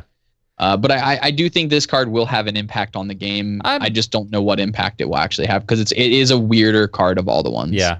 Okay. You know what? I'm thinking about the mage card now. Mirror Image. That card can be extremely annoying if you've got minions on the board. You just want to go hit face and you can't. Sure. But keep in mind that this one dies to ping effects. Yes. It also dies to whirlwind effects. Yep. As compared to Mirror Entity, which doesn't. And Mirror Entity costs 1 for 4 protection. This one costs 3 and offers you 4 protection as well. Okay. It gives you 4 attack as well. Right. But let's say you're behind and you play it and you get 4 attack, 4 protection, right? You get these 4 defense, taunters, and 4 attack. So is that for 2 extra mana worth it as compared to Mirror Entity? That's maybe the best comparison we could make there. Right. The Dream. I got the Dream. You're late in the game. Okay. You're playing against an aggro shaman. They've got a full board, and you're like, crap. Or we'll say they got 6 on the board, because if 7, this isn't going to work. In your hand, you have Protect the King and a Cult Master and a Whirlwind.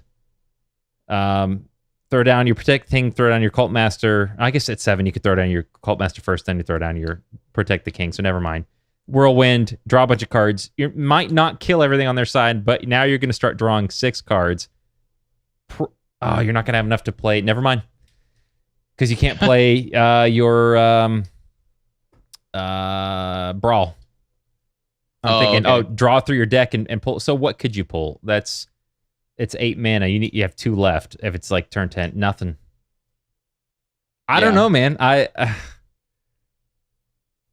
I'm trying to make this work. I don't think it's fantastic. Yeah, I don't think it's fantastic. I think it's okay. And as Kilogram Hours is saying in the Twitch chat right now, he's saying, he said it's going to matter what other warrior cards we see potentially. Yeah. If it fits into like a bolster shell, and that seems like the potential natural fit. Control shell might want it, but it's just not insane. Is this going to be a 2 of or a 1 of in a deck? Like Control Warrior, you want to play this? You're going to play 2 or 1 of them? Probably 1 because it's situational. Okay, I agree with that. And maybe none because Cthulhu Warrior is the control deck of choice, because you might just not have the slots available. Right. Yeah. Okay.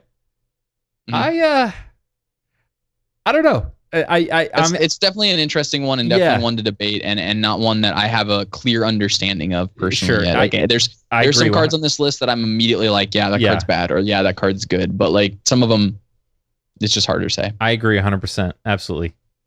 Let's talk about one that's really good. Yes. Enchanted Raven. Yes. This is a 1 mana 2/2 beast. That's it. Ridiculous. That's it. Card's good. Yep. Think about Flame Imp, folks. 1 mana 3/2 that does damage to yourself. This is effectively almost the same thing. Yeah. The only way that Enchanted Raven's worse is when they go Alex Strauss's champion, kill your 2/2 and be left with a 3/1. That's where it's worse. But if you slam an Enchanted Raven and it sticks on the board and you've got this 2/2 stuck around, and then you go to the next turn and you cast Mark of Yashiraj, or you cast Mark of the Wild on that, you've got a turn 2 4/4. Yeah. That's a beast. and synergizes potentially with something else in your deck Welcome. as a Beast Druid deck. It's like, welcome back to Ramp Druid. Well, it's not even Ramp Druid. I think this is just a straight aggro Druid kind of card. I hear you. Yeah. And I really think this card is one of the standout cards in my opinion. I know some people have said this card is absolutely unplayable. I could not disagree more. Like, I just don't think so. I mean, it's a 1-mana 2/2. Sure, it only fits in certain shells. Yeah, sure. But in those shells, it is a must play. Like, jam 2 Living Roots, jam 2 Enchanted Ravens. Let's go. Let's build an aggro deck. You know, Yeah. I can already tell you what the deck is. You ready? I can tell you off the top of my head. This is what this deck looks like right off the bat. It's something like 1 Raven Idol, 2 Living Roots, 2 2 of the Enchanted Ravens, 2 Mark of the Wilds, 2 Mark of Yasharaj, 2 Power of the Wild. Well, maybe not 2 Power of the. Yeah, probably 2 Power of the Wilds. 2 Power of the Wilds. Like a Druid of the Flame or 2, a Mounted Raptor or 2, 2 Savage Roar, like Findrel Staghelm probably is in there because that card's insane, and like 2 Savage Combatants. There's your and 2 Druid of the Claws. There's your beast package. Let's throw some removal in there. Bing bang boom, you're done. Put a big powerful threat in. You got yourself a deck.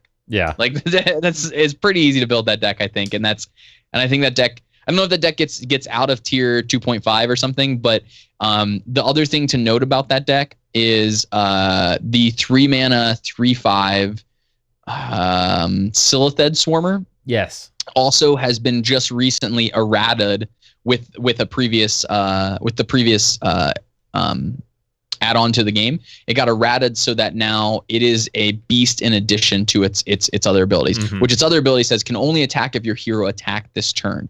And so that's not too hard to do in an aggro shell where you have innervates. Like sometimes you'll even just go put out a Silithed Swarmer, the next turn, like put out my 4-drop, use innervate, like put out Savage Combatant, use innervate, attack with the innervate, or with the innervate just to use my hero power, and then be able to attack with their Silithed Swarmer. That's not too unreasonable to imagine happening for the most part. On top of that, if we are running, I keep praising this card. Oh my god, I love this card. If Enchanted Raven is getting run, you're probably running 2 Mark of the Wild, right? Which gives a minion +2/+2 and taunt, right? So if you're able to run Mark of the Wild, have that insane open of Enchanted Raven into the Mark of the Wild, Mark of the Wild fits really well on Silithed Swarmer. I mean, building a 5/7 with taunt that can't attack is absolutely fine. Like at that point, you don't care if it attacks. You're happy if it attacks, but it still does something for you. So I really feel like that card is incredible. So yeah, I think Marcus Raj and Mark of the Wild both fit into that shell, and we're gonna see the Mark Beast Druid coming here soon. That's cool. Yeah, I really think that card, if they get another piece from this new set or get something else that's powerful that fits into the shell of what that deck does, I think that deck could have a lot of potential as a good aggro deck. And again, it doesn't beat the Dragon Warrior deck, and so I don't know if it's the best ladder deck, but in a tournament setting, I think that deck could be quite good. Yeah, Mark of the Wild would be nice to see because we haven't really seen that since Vanilla as well. That was played quite a bit back in the day. It was played then. Okay. Yeah, but that's it though. There are so many cards that were played. Power creep. I guess we've bled over that, talked about that on the show. And anyone who's played card games knows exactly what that is. But I agree with you. I like this card a lot. Mm-hmm. Yeah. All right. Do we just want to go over all of them or just the notable ones? Yeah, let's do it. Why not, man? Okay. Next one. Kindly Grandmother. Kindly Grandmother. 1/1 for 2. Oh, yeah. Hunter Beast card. Death Rattle. Summon a 3/2 Big Bad Wolf, which Big Bad Wolf is a token. It will summon it, but it's a 3/2 for 2 Beast. Okay, so this is kind of like a 4/3 for 2, right? Yeah. Okay. Yeah, sure. This card's fine. Yeah. I mean, Death Rattle's insane, so. Yeah, and it's a beast. I mean, you take away the any of the theater and the cosplay, the thematic. Thank you. Why I can't think of the word. The thematic nature of it. Yes, and it's just a wolf that is a 1/1, dies, becomes a 3/2. Love it. It's fine. One of the things that people were talking about before was, or that I've been talking to have mentioned is, we used to see web spinner see play in the hunter deck. Yeah. And people were people, the kind of like the sort of, and getting back to the previous beast creature we just did, the 2/2 for 1. What was it called? Enchanted Raven. Yeah. Enchanted Raven is kind of similar in that regard, that like for 1 mana you get a 1/1 web spinner, but web spinner synergizes specifically with being a beast very well in the hunter class, because there's a lot of things that synergize with it, and Kindly Grandmother does the same. And I think that's one of the major defining factors why you might see Kindly Grandmothers played, not because it's 1 mana like you would expect from web spinner and it still generates value, but because it's 2 mana and no one wants to kill it. Yeah, right. Like, unless you can get Kindly Grandmother and the big bad wolf that spawns out of the Kindly Grandmother off the board at the same turn, you just leave the 1/1 on the board, and you're just like, yeah, whatever. There's a 1/1, but then you've always got beast synergy at that point. And it's kind of like web spinner, because the only reason you'd ever want to kill the web spinner was to deny the beast synergy. But even then, it's like, oh, I'm going to run my 3/2 into it. Oh, wait a minute. I'm just going to leave 2/2s on the board, and he's just going to run each of the 1/1s. Leave the 1/1s on the board. He's just going to run the 1/1s in my 3. Now my 2 health minion that's left. You know, if we're talking early in the game, you know, turn 2, turn 3, turn 4, that situation comes up a lot when that card was played in standard, but obviously it's still running arena. Yeah, I like this. I feel like it's really good. Yeah, it's fair. You know, like you said, Web Spinner was 1, but it didn't summon the beast. It put it in your hand. Yes, you could get a better beast than a 3/2, but your next turn, you don't have to bother playing that beast to then try to get this energy. It's already on the board, unless they happen to clear that too, which in that case, they've wasted, you know, a weapon swing or 2 attack animations to kill 1 minion. It's not bad. Of the cards we've seen so far, I put Kindly Grandmother as either 2 or 3. I would put the best 3 being Barnes, which we just talked about. Then we went into Enchanted Raven and Kindly Grandmother. I'd say all 3 of those cards are among the best 3 that we've seen so far. They're all incredibly powerful in their own regard, and they all facilitate something within different archetypes, or in Barnes' case, it creates potential archetypes. Right. Yeah. All right. Next one. I want to mention one more thing about this card. This is a bold claim. Oh, be bold. This is me going out on a limb here. You guys ready for this? Bestial Wrath. I don't even know if you know what that card is. But Bestial Wrath is a 1 mana spell that says give a friendly beast +2 attack and immune this turn. So it becomes immune and it gets +2 attack. So for 1 mana, it gets +2 attack and it does whatever it wants to do. So it can kill something, for instance. So if you have a Kindly Grandmother on the board, for 1 mana, you do 3 damage in theory with a Bestial Wrath, and it's immune. I really think that card, Bestial Wrath, gets a lot better. In fact, I have been a big proponent for the card for a while. It just hasn't had the consistency that it's needed. In fact, I tested 2 of them and then went down to 1 of them in the Hunter deck that I ended up taking to the Hearthstone Championship Tour this last season for the finals. Like, I actually almost played Bestial Wrath, and last minute I just switched it to an Abusive Sergeant because I was like, well, Abusive Sergeant just inherently is better, right? Because it gives you +2 attack, and it's consistent. You know, it always does what it's supposed to do. But the thing is that the difference between Abusive Sergeant and Bestial Wrath is Abusive Sergeant gives you a 2/1, and Bestial Wrath keeps the minion that you previously had on board, right? So, like, Bestial Wrath gets better with better minions on the board. So if you have, say, for instance, a Savannah Highmane on the board and you have to Bestial Wrath something huge of your opponents, you can target your Savannah Highmane and keep your Savannah Highmane rather than losing your Savannah Highmane and getting a 2/1 like with Abusive Sergeant. But again, Abusive Sergeant is more consistent. Bestial Wrath is less consistent. And that's really the major differences between the two. But again, no one wants to kill your Kindly Stranger or your Kindly Grandmother. If no one wants to kill your Kindly Grandmother, then there's a really good chance you're going to have a beast on the board. On top of that, Death Rattle summon a Big Bad Wolf. The Big Bad Wolf is also a beast. And so I really think this is the time for Death Rattle Hunter to potentially shine with Barnes. This card, Kindly Grandmother, because it just synergizes great with Barnes.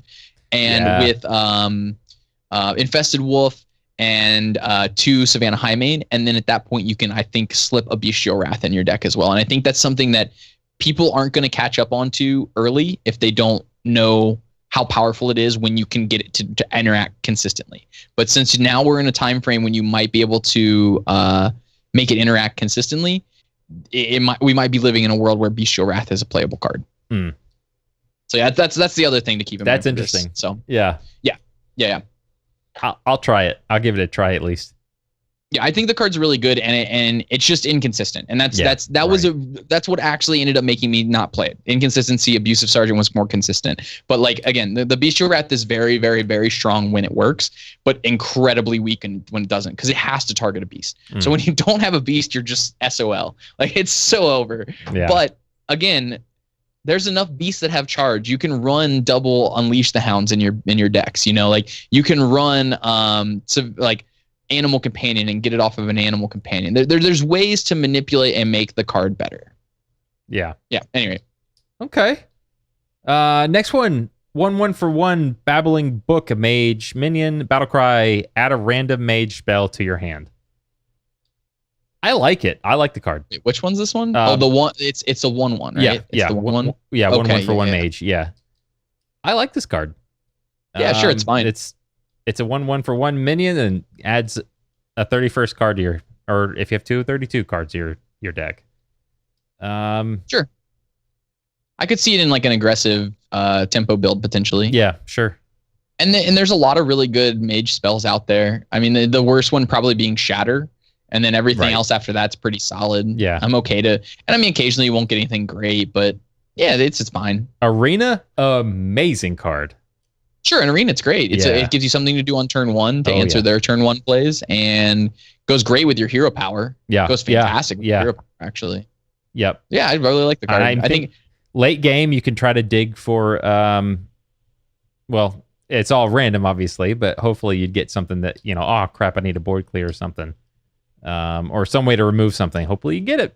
You got, 9 more mana to play with. Again, that's the dream, but it's not, for sure. It's not bad to play it at end game. Okay, that one's pretty cut and dry, I think. Anything else to say about Babbling Book? Well. Okay. The only other thing to really note about it is just that, again, like I said, it only gets mage spells.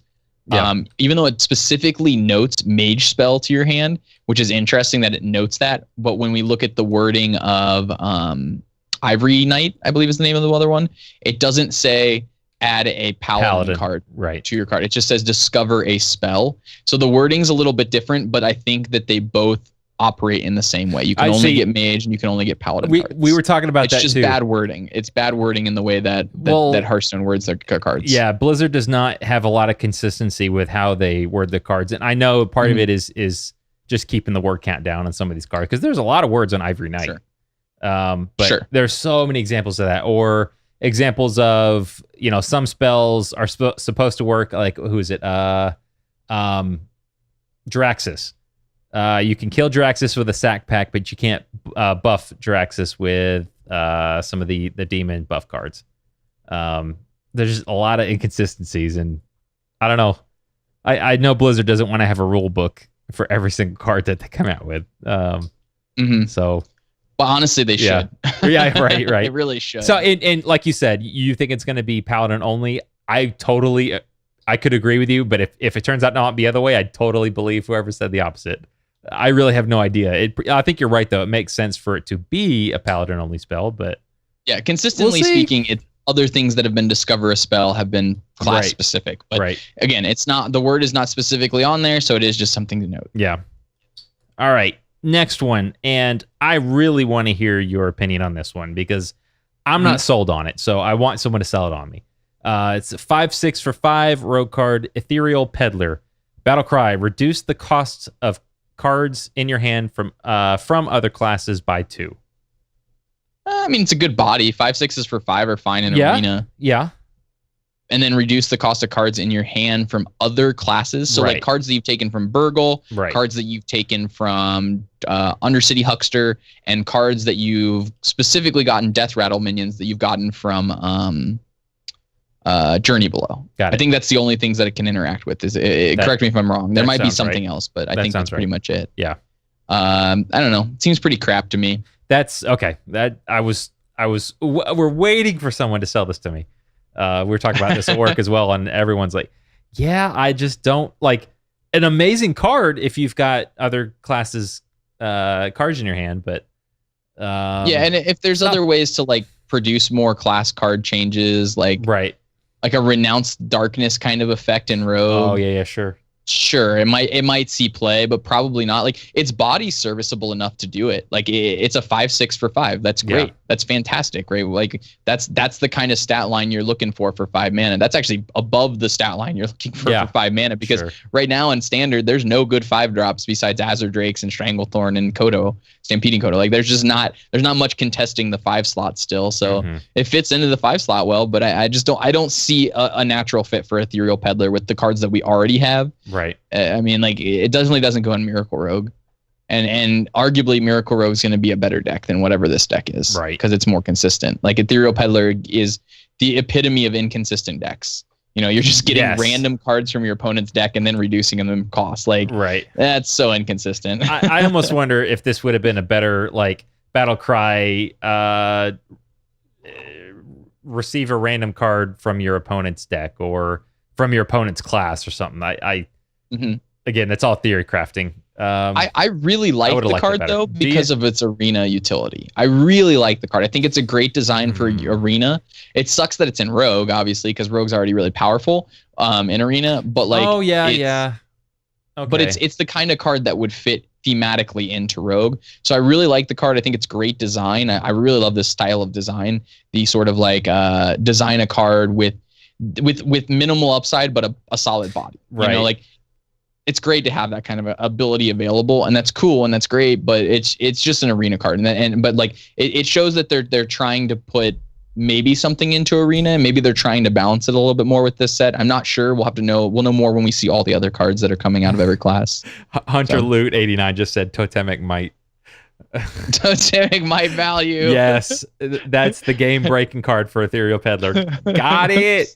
My -2 Totemic Might. So good. Yeah, I really I guess another thing to note about this is that the Ethereal Peddler effect, the reduce the cost of things, is nice, but Burgle and Undercity Huckster are better against classes like Druid than they're against like Totemic Might, or against Shaman, for instance. Against Warrior, they're pretty bad too to have those steal effects. There's not always good cards to pick from in the class. Things like Thought Steal from Priest is a lot better because your opponent's putting good cards in their deck, so you're probably pulling good cards. But actually stealing class specific cards is not good against every single matchup. So even when Ethereal Peddler is good, let's say we do get like 2 more rogue cards that interact with Ethereal Peddler somehow, and there's some sort of Ethereal Peddler deck that can come out of this. Even if we do live in that world, you're still going to not get good spells from Warrior or Shaman just inherently from steal effects. It just doesn't happen. You're like, it's like 30% of the time they're good, and the rest of the time it's bad. I don't know if that's the actual percent, but like it feels like 30% of the time Undercity Huckster gives you something good. But against Druid, man, the card I want against Druid if I'm playing Undercity Huckster on turn 2 is always Undercity Huckster. Like it's so good against Druid because all of Druid's class cards are good. Yeah. There's like, and with Rogue, with preparation, you can get like, there's just like there's an endless list of good cards you can get from him. Even Moonfire is okay to get. Like it's not terrible to get a Moonfire there. Like it's still decent value. But there are a couple bad ones in Druid, but for the most part, it's all good. Like maybe you'll get a Starfall and you're like, I don't really want a Starfall. But if you get Nourish, you're like prep Nourish. Like sweet. Yeah. Like awesome. I'll gain mana crystals or draw cards, whatever I need. You know, and it's just. It's great in certain matchups to have that effect, the steal effect, but other matchups it's terrible. So I just don't think this card's consistent enough. That's funny. Okay, well, that's Ethereal Peddler. Next one, Warlock card, Kara Kazam. Like it.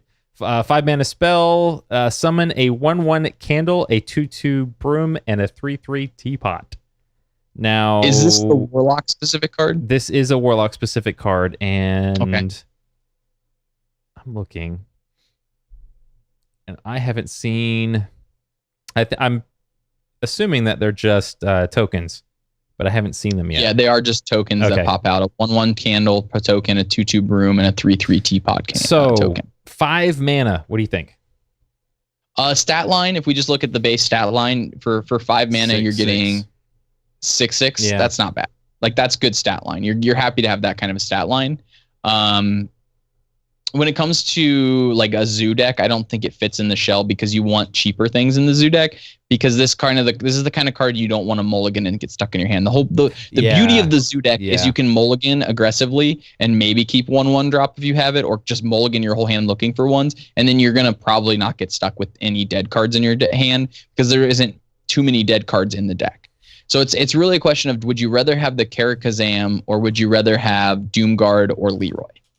And I would rather have Doomguard or Leroy, I think. Does that make sense? Yeah. Oh, absolutely. The other thing to consider with this is Darkshire Councilman gets a lot better with this card. Yeah. So this card seems fantastic in Arena because it's a common.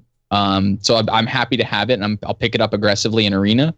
And the biggest factor there is sometimes you'll be able to play a Darkshire and then get the triggers off Darkshire Councilman. So it makes Darkshire Councilman also better in Arena. And that's really strong because Darkshire Councilman's already kind of okay in the Warlock decks in Arena. They're just not consistent, and it gives it a lot more consistency and really just makes it awesome from there.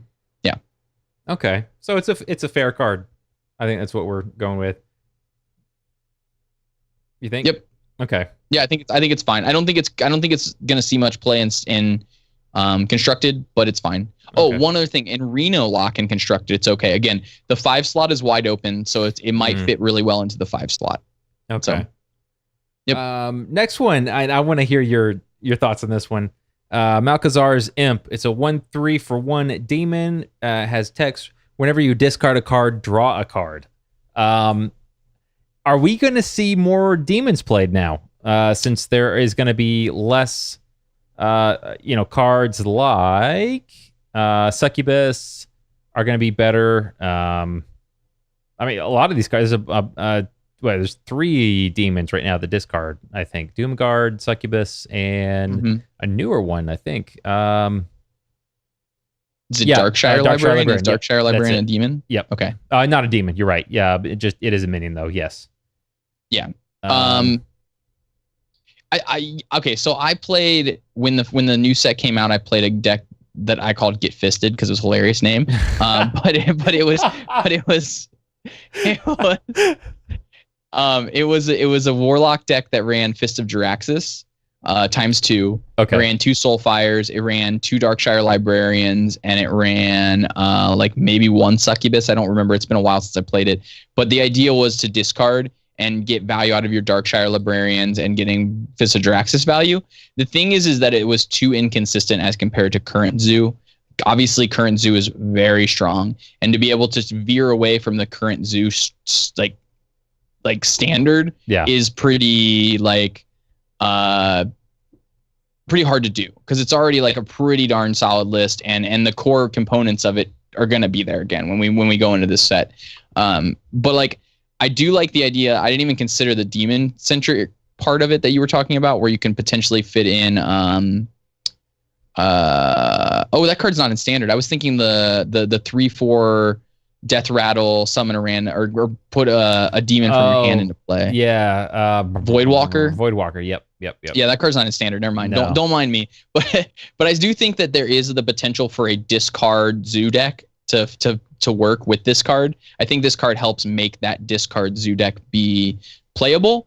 It may just be normal Zoo that runs Darkshire Librarian with this card because it's still just a 1/3 for 1, so it just gives you more low end stuff as the Zoo player, and so you can play this really hyper aggressive Zoo deck with like 2 Doom Guards, like 2 Soulfires, 2 Darkshire Librarians, and at that point, and then maybe like a Fist of Jaraxxus or something, and at that point it's like maybe even 2 Fist of Jaraxxus, to be honest, because at that point you've got enough discard, but it synergizes really well with those cards, and I'm trying to think what you'd cut. I want to say you'd cut like, honestly, I don't even know what you'd cut. Maybe like you would cut the Argent Squires from the list or something, because the 1/3 does something similar for you and potentially keeps drawing you cards. Right. Like maybe, I think that's probably what you'd cut there. because the PO doesn't Power of Roaming doesn't interact very positively with Ardent Squire, and a 1/3 on turn 1 is relatively is almost as effective as a 1/1 with Divine Shield. Yeah, I think the card might just slot right into Zoo. Okay. Which fucking sucks. You mean you God don't want to damn. see more of it? Is that what you're trying to tell me right now? Yes, Zoo, get rid of it. It's okay. It's aggro control, folks. There's a reason that Zoo shouldn't be in the game. It plays board control and it's an aggro deck. Like, get it the fuck out of the. And it has burst. Get it the fuck out of the game, guys. It restricts deck construction. Unless you give everyone good AOE, it's gonna be in the deck. Unless Grim Patron type of decks are everywhere, it's gonna be every freaking where. You need good AOE, or Zoo is going to be dominant forever. And fuck Zoo. All right, I'm done. There's no salt right now. None at all. Not at all. None at all. Next one, so we're talking about some of these legendary. Another legendary, Moros. Mores is Mores. Is it Moros? Chat, is it Mores or Moros? Let me know. I know Matt said at What the does it beginning. do? It is a 1/1 for 3 legendary neutral, and it That reads Stealth. At the end of your turn, summon a 1/1 Steward, which I believe also is a 1/1 token. Oh, it's Bitter Blossom. Okay. The magic card. Yeah, it's Okay. a much worse Bitter Blossom, but Okay. yeah, it's Bitter Blossom. So, initial thoughts on this card. I don't like it because it's just, Bitter it's got a Blossom 1 was health. insane in Magic, but it's just Okay. a 1/1. So yeah, it just Okay. dies to Whirlwind effects. Right. But it was an enchantment in Magic. Bitter Blossom's an enchantment okay. in Magic, and so like it like Okay. never goes away. I think the card's okay. Moros. It's So just not great. yeah. Everyone. If it was Go ahead. like a 1/2, maybe it'd be incredible. Yeah, Okay. it doesn't have enough health. I know exactly what to compare it to. It's Blood Imp. Yeah. It's basically Blood Imp. Okay. And if Blood Imp isn't good enough to see play, this is probably not good enough. Because to it dies to whirlwind effects. Yeah. Mm-hmm. Mm-hmm. Yeah. Yeah. If Blood Imp had 2 health, oh my god, I think everyone would run it.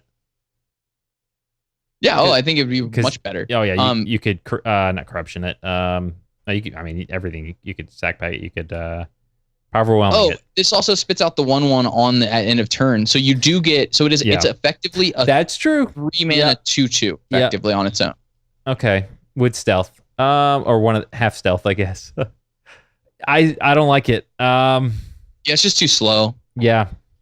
I think if this was a 2-mana 1/1, I'd play it at that point, because then you're getting a 2/2's worth of value, and so like it's turn 1 that it starts generating value rather than turn 2. It's turn 2 of it being on the board that it starts generating value if it's a 2-mana minion, but it takes 3 turns for it to start generating value if it's a 3-mana minion. And for this to live for 3 turns is pretty hard when you have things like Flame Juggler and Huge Toad and Whirlwind and Ravaging Ghoul, and the list just keeps going on and on. There's way too many effects that just destroy 1/1s. The only time I could think this card would be decent would be against really aggressive, greedy aggro decks that don't have any sort of Whirlwind, wipe, single target, random effect. Like you said, a juggle or what was it? A flame? What is that called? 2-mana. You just said it. The 2/3 that drops, it spits out a fireball. Flame juggler. Yeah, they're both jugglers. They both juggle things. Yeah.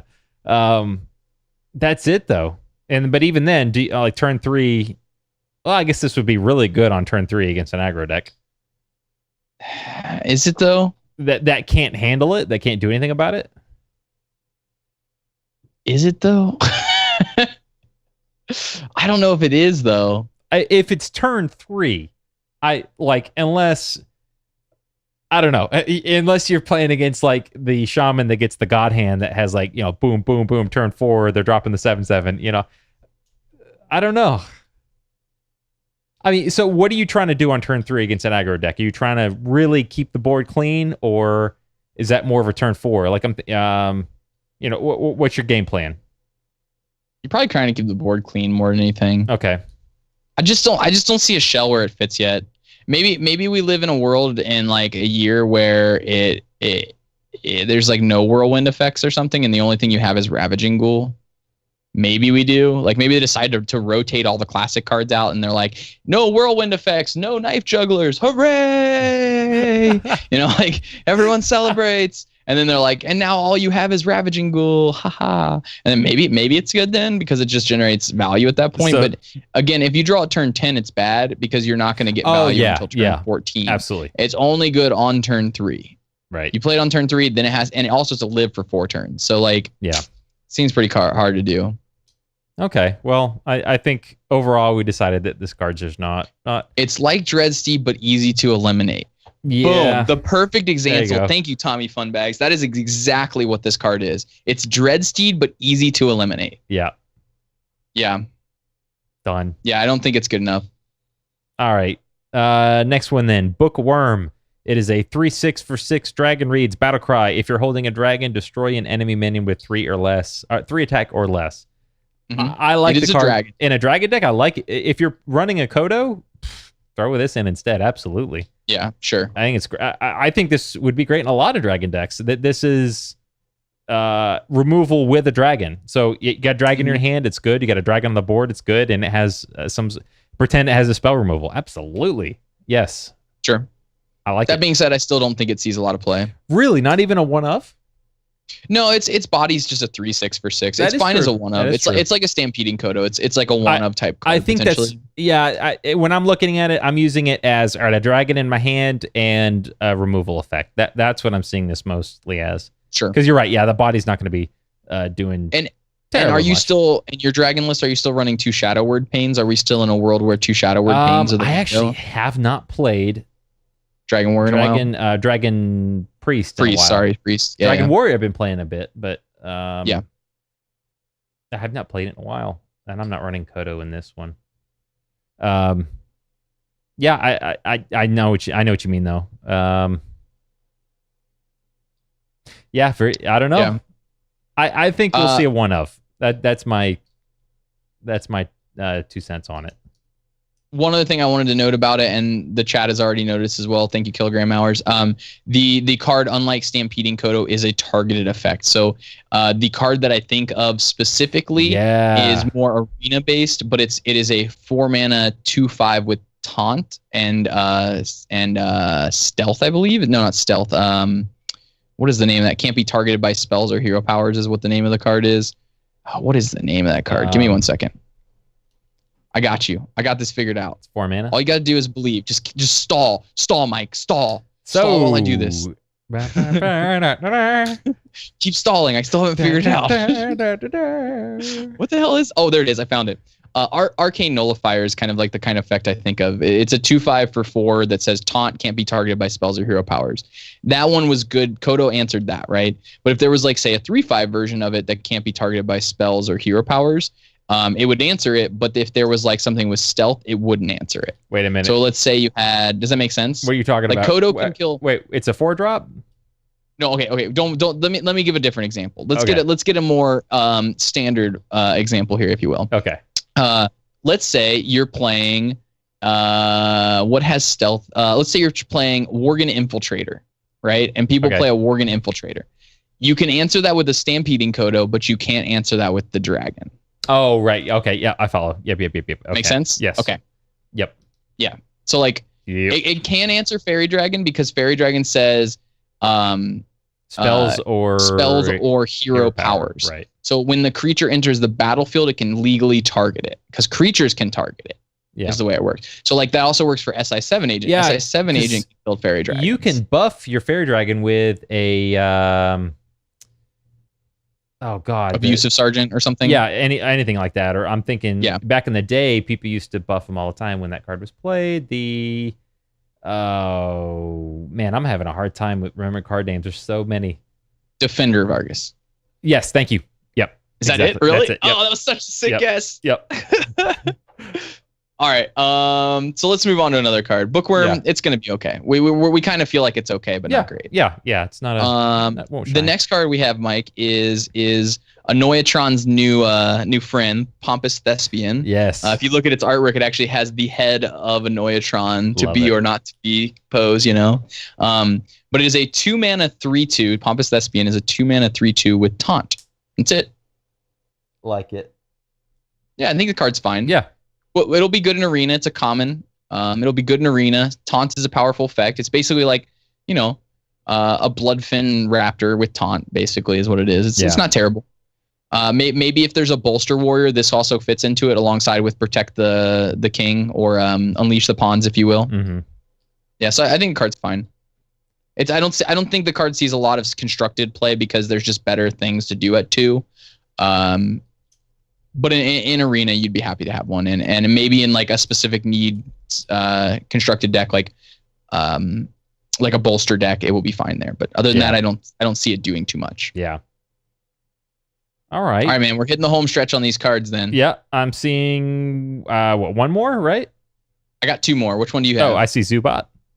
Zubat, yes. Zubat is the next one that's on my list. 3/3 for 3. It is a mech. It reads Battlecry. Give a random friendly beast, dragon, or murloc +1/+1.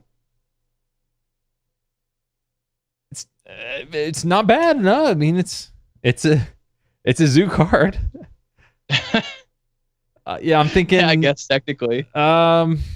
It's all right. It doesn't feel great though. No, like if it said beast, dragon, murloc, and demon, it'd be great. It'd obviously be better because it's more things, but you don't think it'd be even better? Like an actual Zoolock deck, you'd be able to buff one of your 1/1s from a like something you get 1/1 from, or I don't know. I mean, I like the card. Like the card that I think of that relates to it is Shattered Sun Cleric. It's basically a question of it's basically a Shattered Sun Cleric, right? Yeah. It's a 3/3 for 3 rather than a 3/2 for 3, which Shattered Sun Cleric would be, and it does an effect that pumps for 1 for 1, right? Yeah. But Shattered Sun Cleric specifically says give a minion +1/+1, and this one says like it has that restriction of a dragon, a murloc, or a beast, and it's random. So I don't think the card sees play in constructed, but as an arena card, it's fine. It's also a mech in arena, which is relevant, which is not relevant in standard right now. There's no real mech synergies right now. Right. I don't know. Card seems okay in arena. I don't think this card sees any play in standard. It's fair. Yeah, sure. All right. What else do you see? I was wrong. I looked back at the list, and that was our last card. I'm missing one. All right. So those are the cards revealed at this point. Yes. The rest of them should be out by this time next week. In fact, the guess as of right now is Friday was when we should have the full reveal. It's not 100%, but within the next week we should almost certainly have all the cards. We'll go over the rest of the cards next week, and the set should be out in 2 weeks or so is when the prologue starts. I think you're right. Yeah, and then 3 weeks from then, actually no. Oh, here we go. In 2 weeks is when Hearthstone Championship Tour will start kicking off with the EU in 2 weeks as well. Then. Okay, yeah, this releases August 11th. Yep. So basically next week. So by Friday we should have all the cards, and the 11th is when releases. The week after, which is when the EU one will be. So basically everything's kicking into motion next week. Right. Is when everyone should be ready for it, and save up your gold, get yourself ready for that first wing, and make sure that you're ready to have some decks put together for this new set. Next week, when we talk about the cards too, I might discuss some decks and potential with cards that will be coming out the first week and the first wing. Okay, cool. So, yep. Awesome. All right. Well, moving forward, is there anything you'd like to say to those folks playing at home? I gotta get that trifecta when I can. Come on. No, nothing else really to note this week. It's just, again, this is the calm before the storm, and just that everyone should be slowly getting themselves ready for what the onslaught of the new cards that will be coming here soon. Groovy. All right, yeah, man. I got ahead. one more special thing to say. Yeah. Say, dude, I'm so ballin' now, Mike. Why? I got the golden card back. Which one? The one that only was on the Chinese server for a while. Dude, I feel so awesome. Now, how did you get that again? It's the first time I've been happy about it. It's from making the top 8 of the Hearthstone Championship Tour. Okay. I think there's that would put approximately like 30 people on the North American server with it on the server, which is freaking awesome. And it looks gorgeous.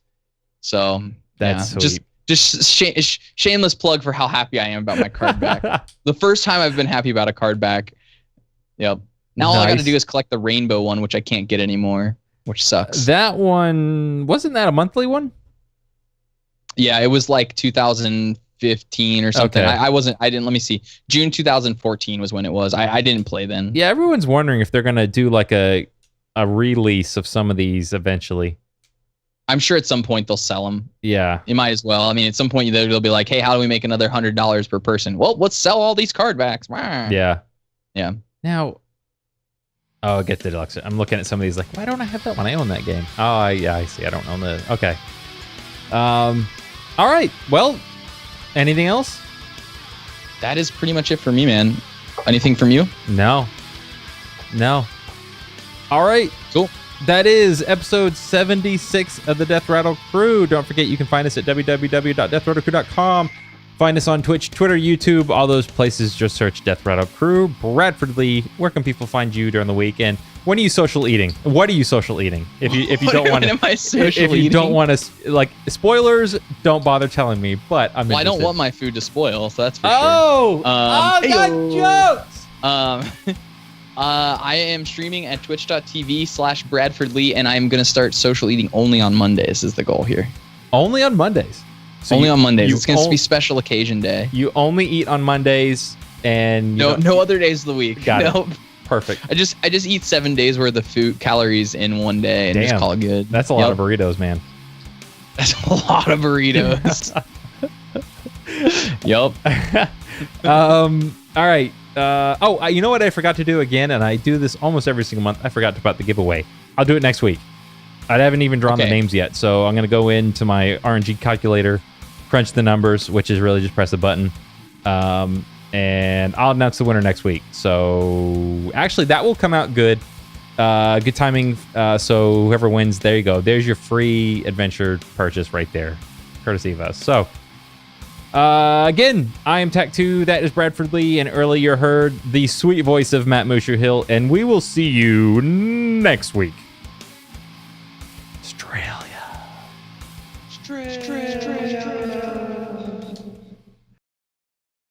Yeah, it's you have to go back to your podcast catcher of choice in order to view it. By the way, Mike, here's the thing. Here's your turnkey solution. Go find it in the podcast. There you go. I used it. Matt could shut up. Interesting. I don't even know how you'd like calculate that. I don't know like, either. Unless who's injected that much THC in themselves? Injected? Yeah, that's the only way to do it. You can't smoke it or eat that much, can you? How many? Can you eat 500 pounds of brownies? Like Jesus. Okay, there's a way you could potentially create. Drink it. Drink it. That's. I was thinking just inject it, but can you inject it? Or is THC delicious? Can you drink it? Can I throw that in a nice Kool-Aid and down it? Does it just need ice? No, it tastes terrible. Okay, so it's either brownies, which you probably are. You going to just be diabetic before? Would you die of diabetes before you die of THC? Diabetes instead.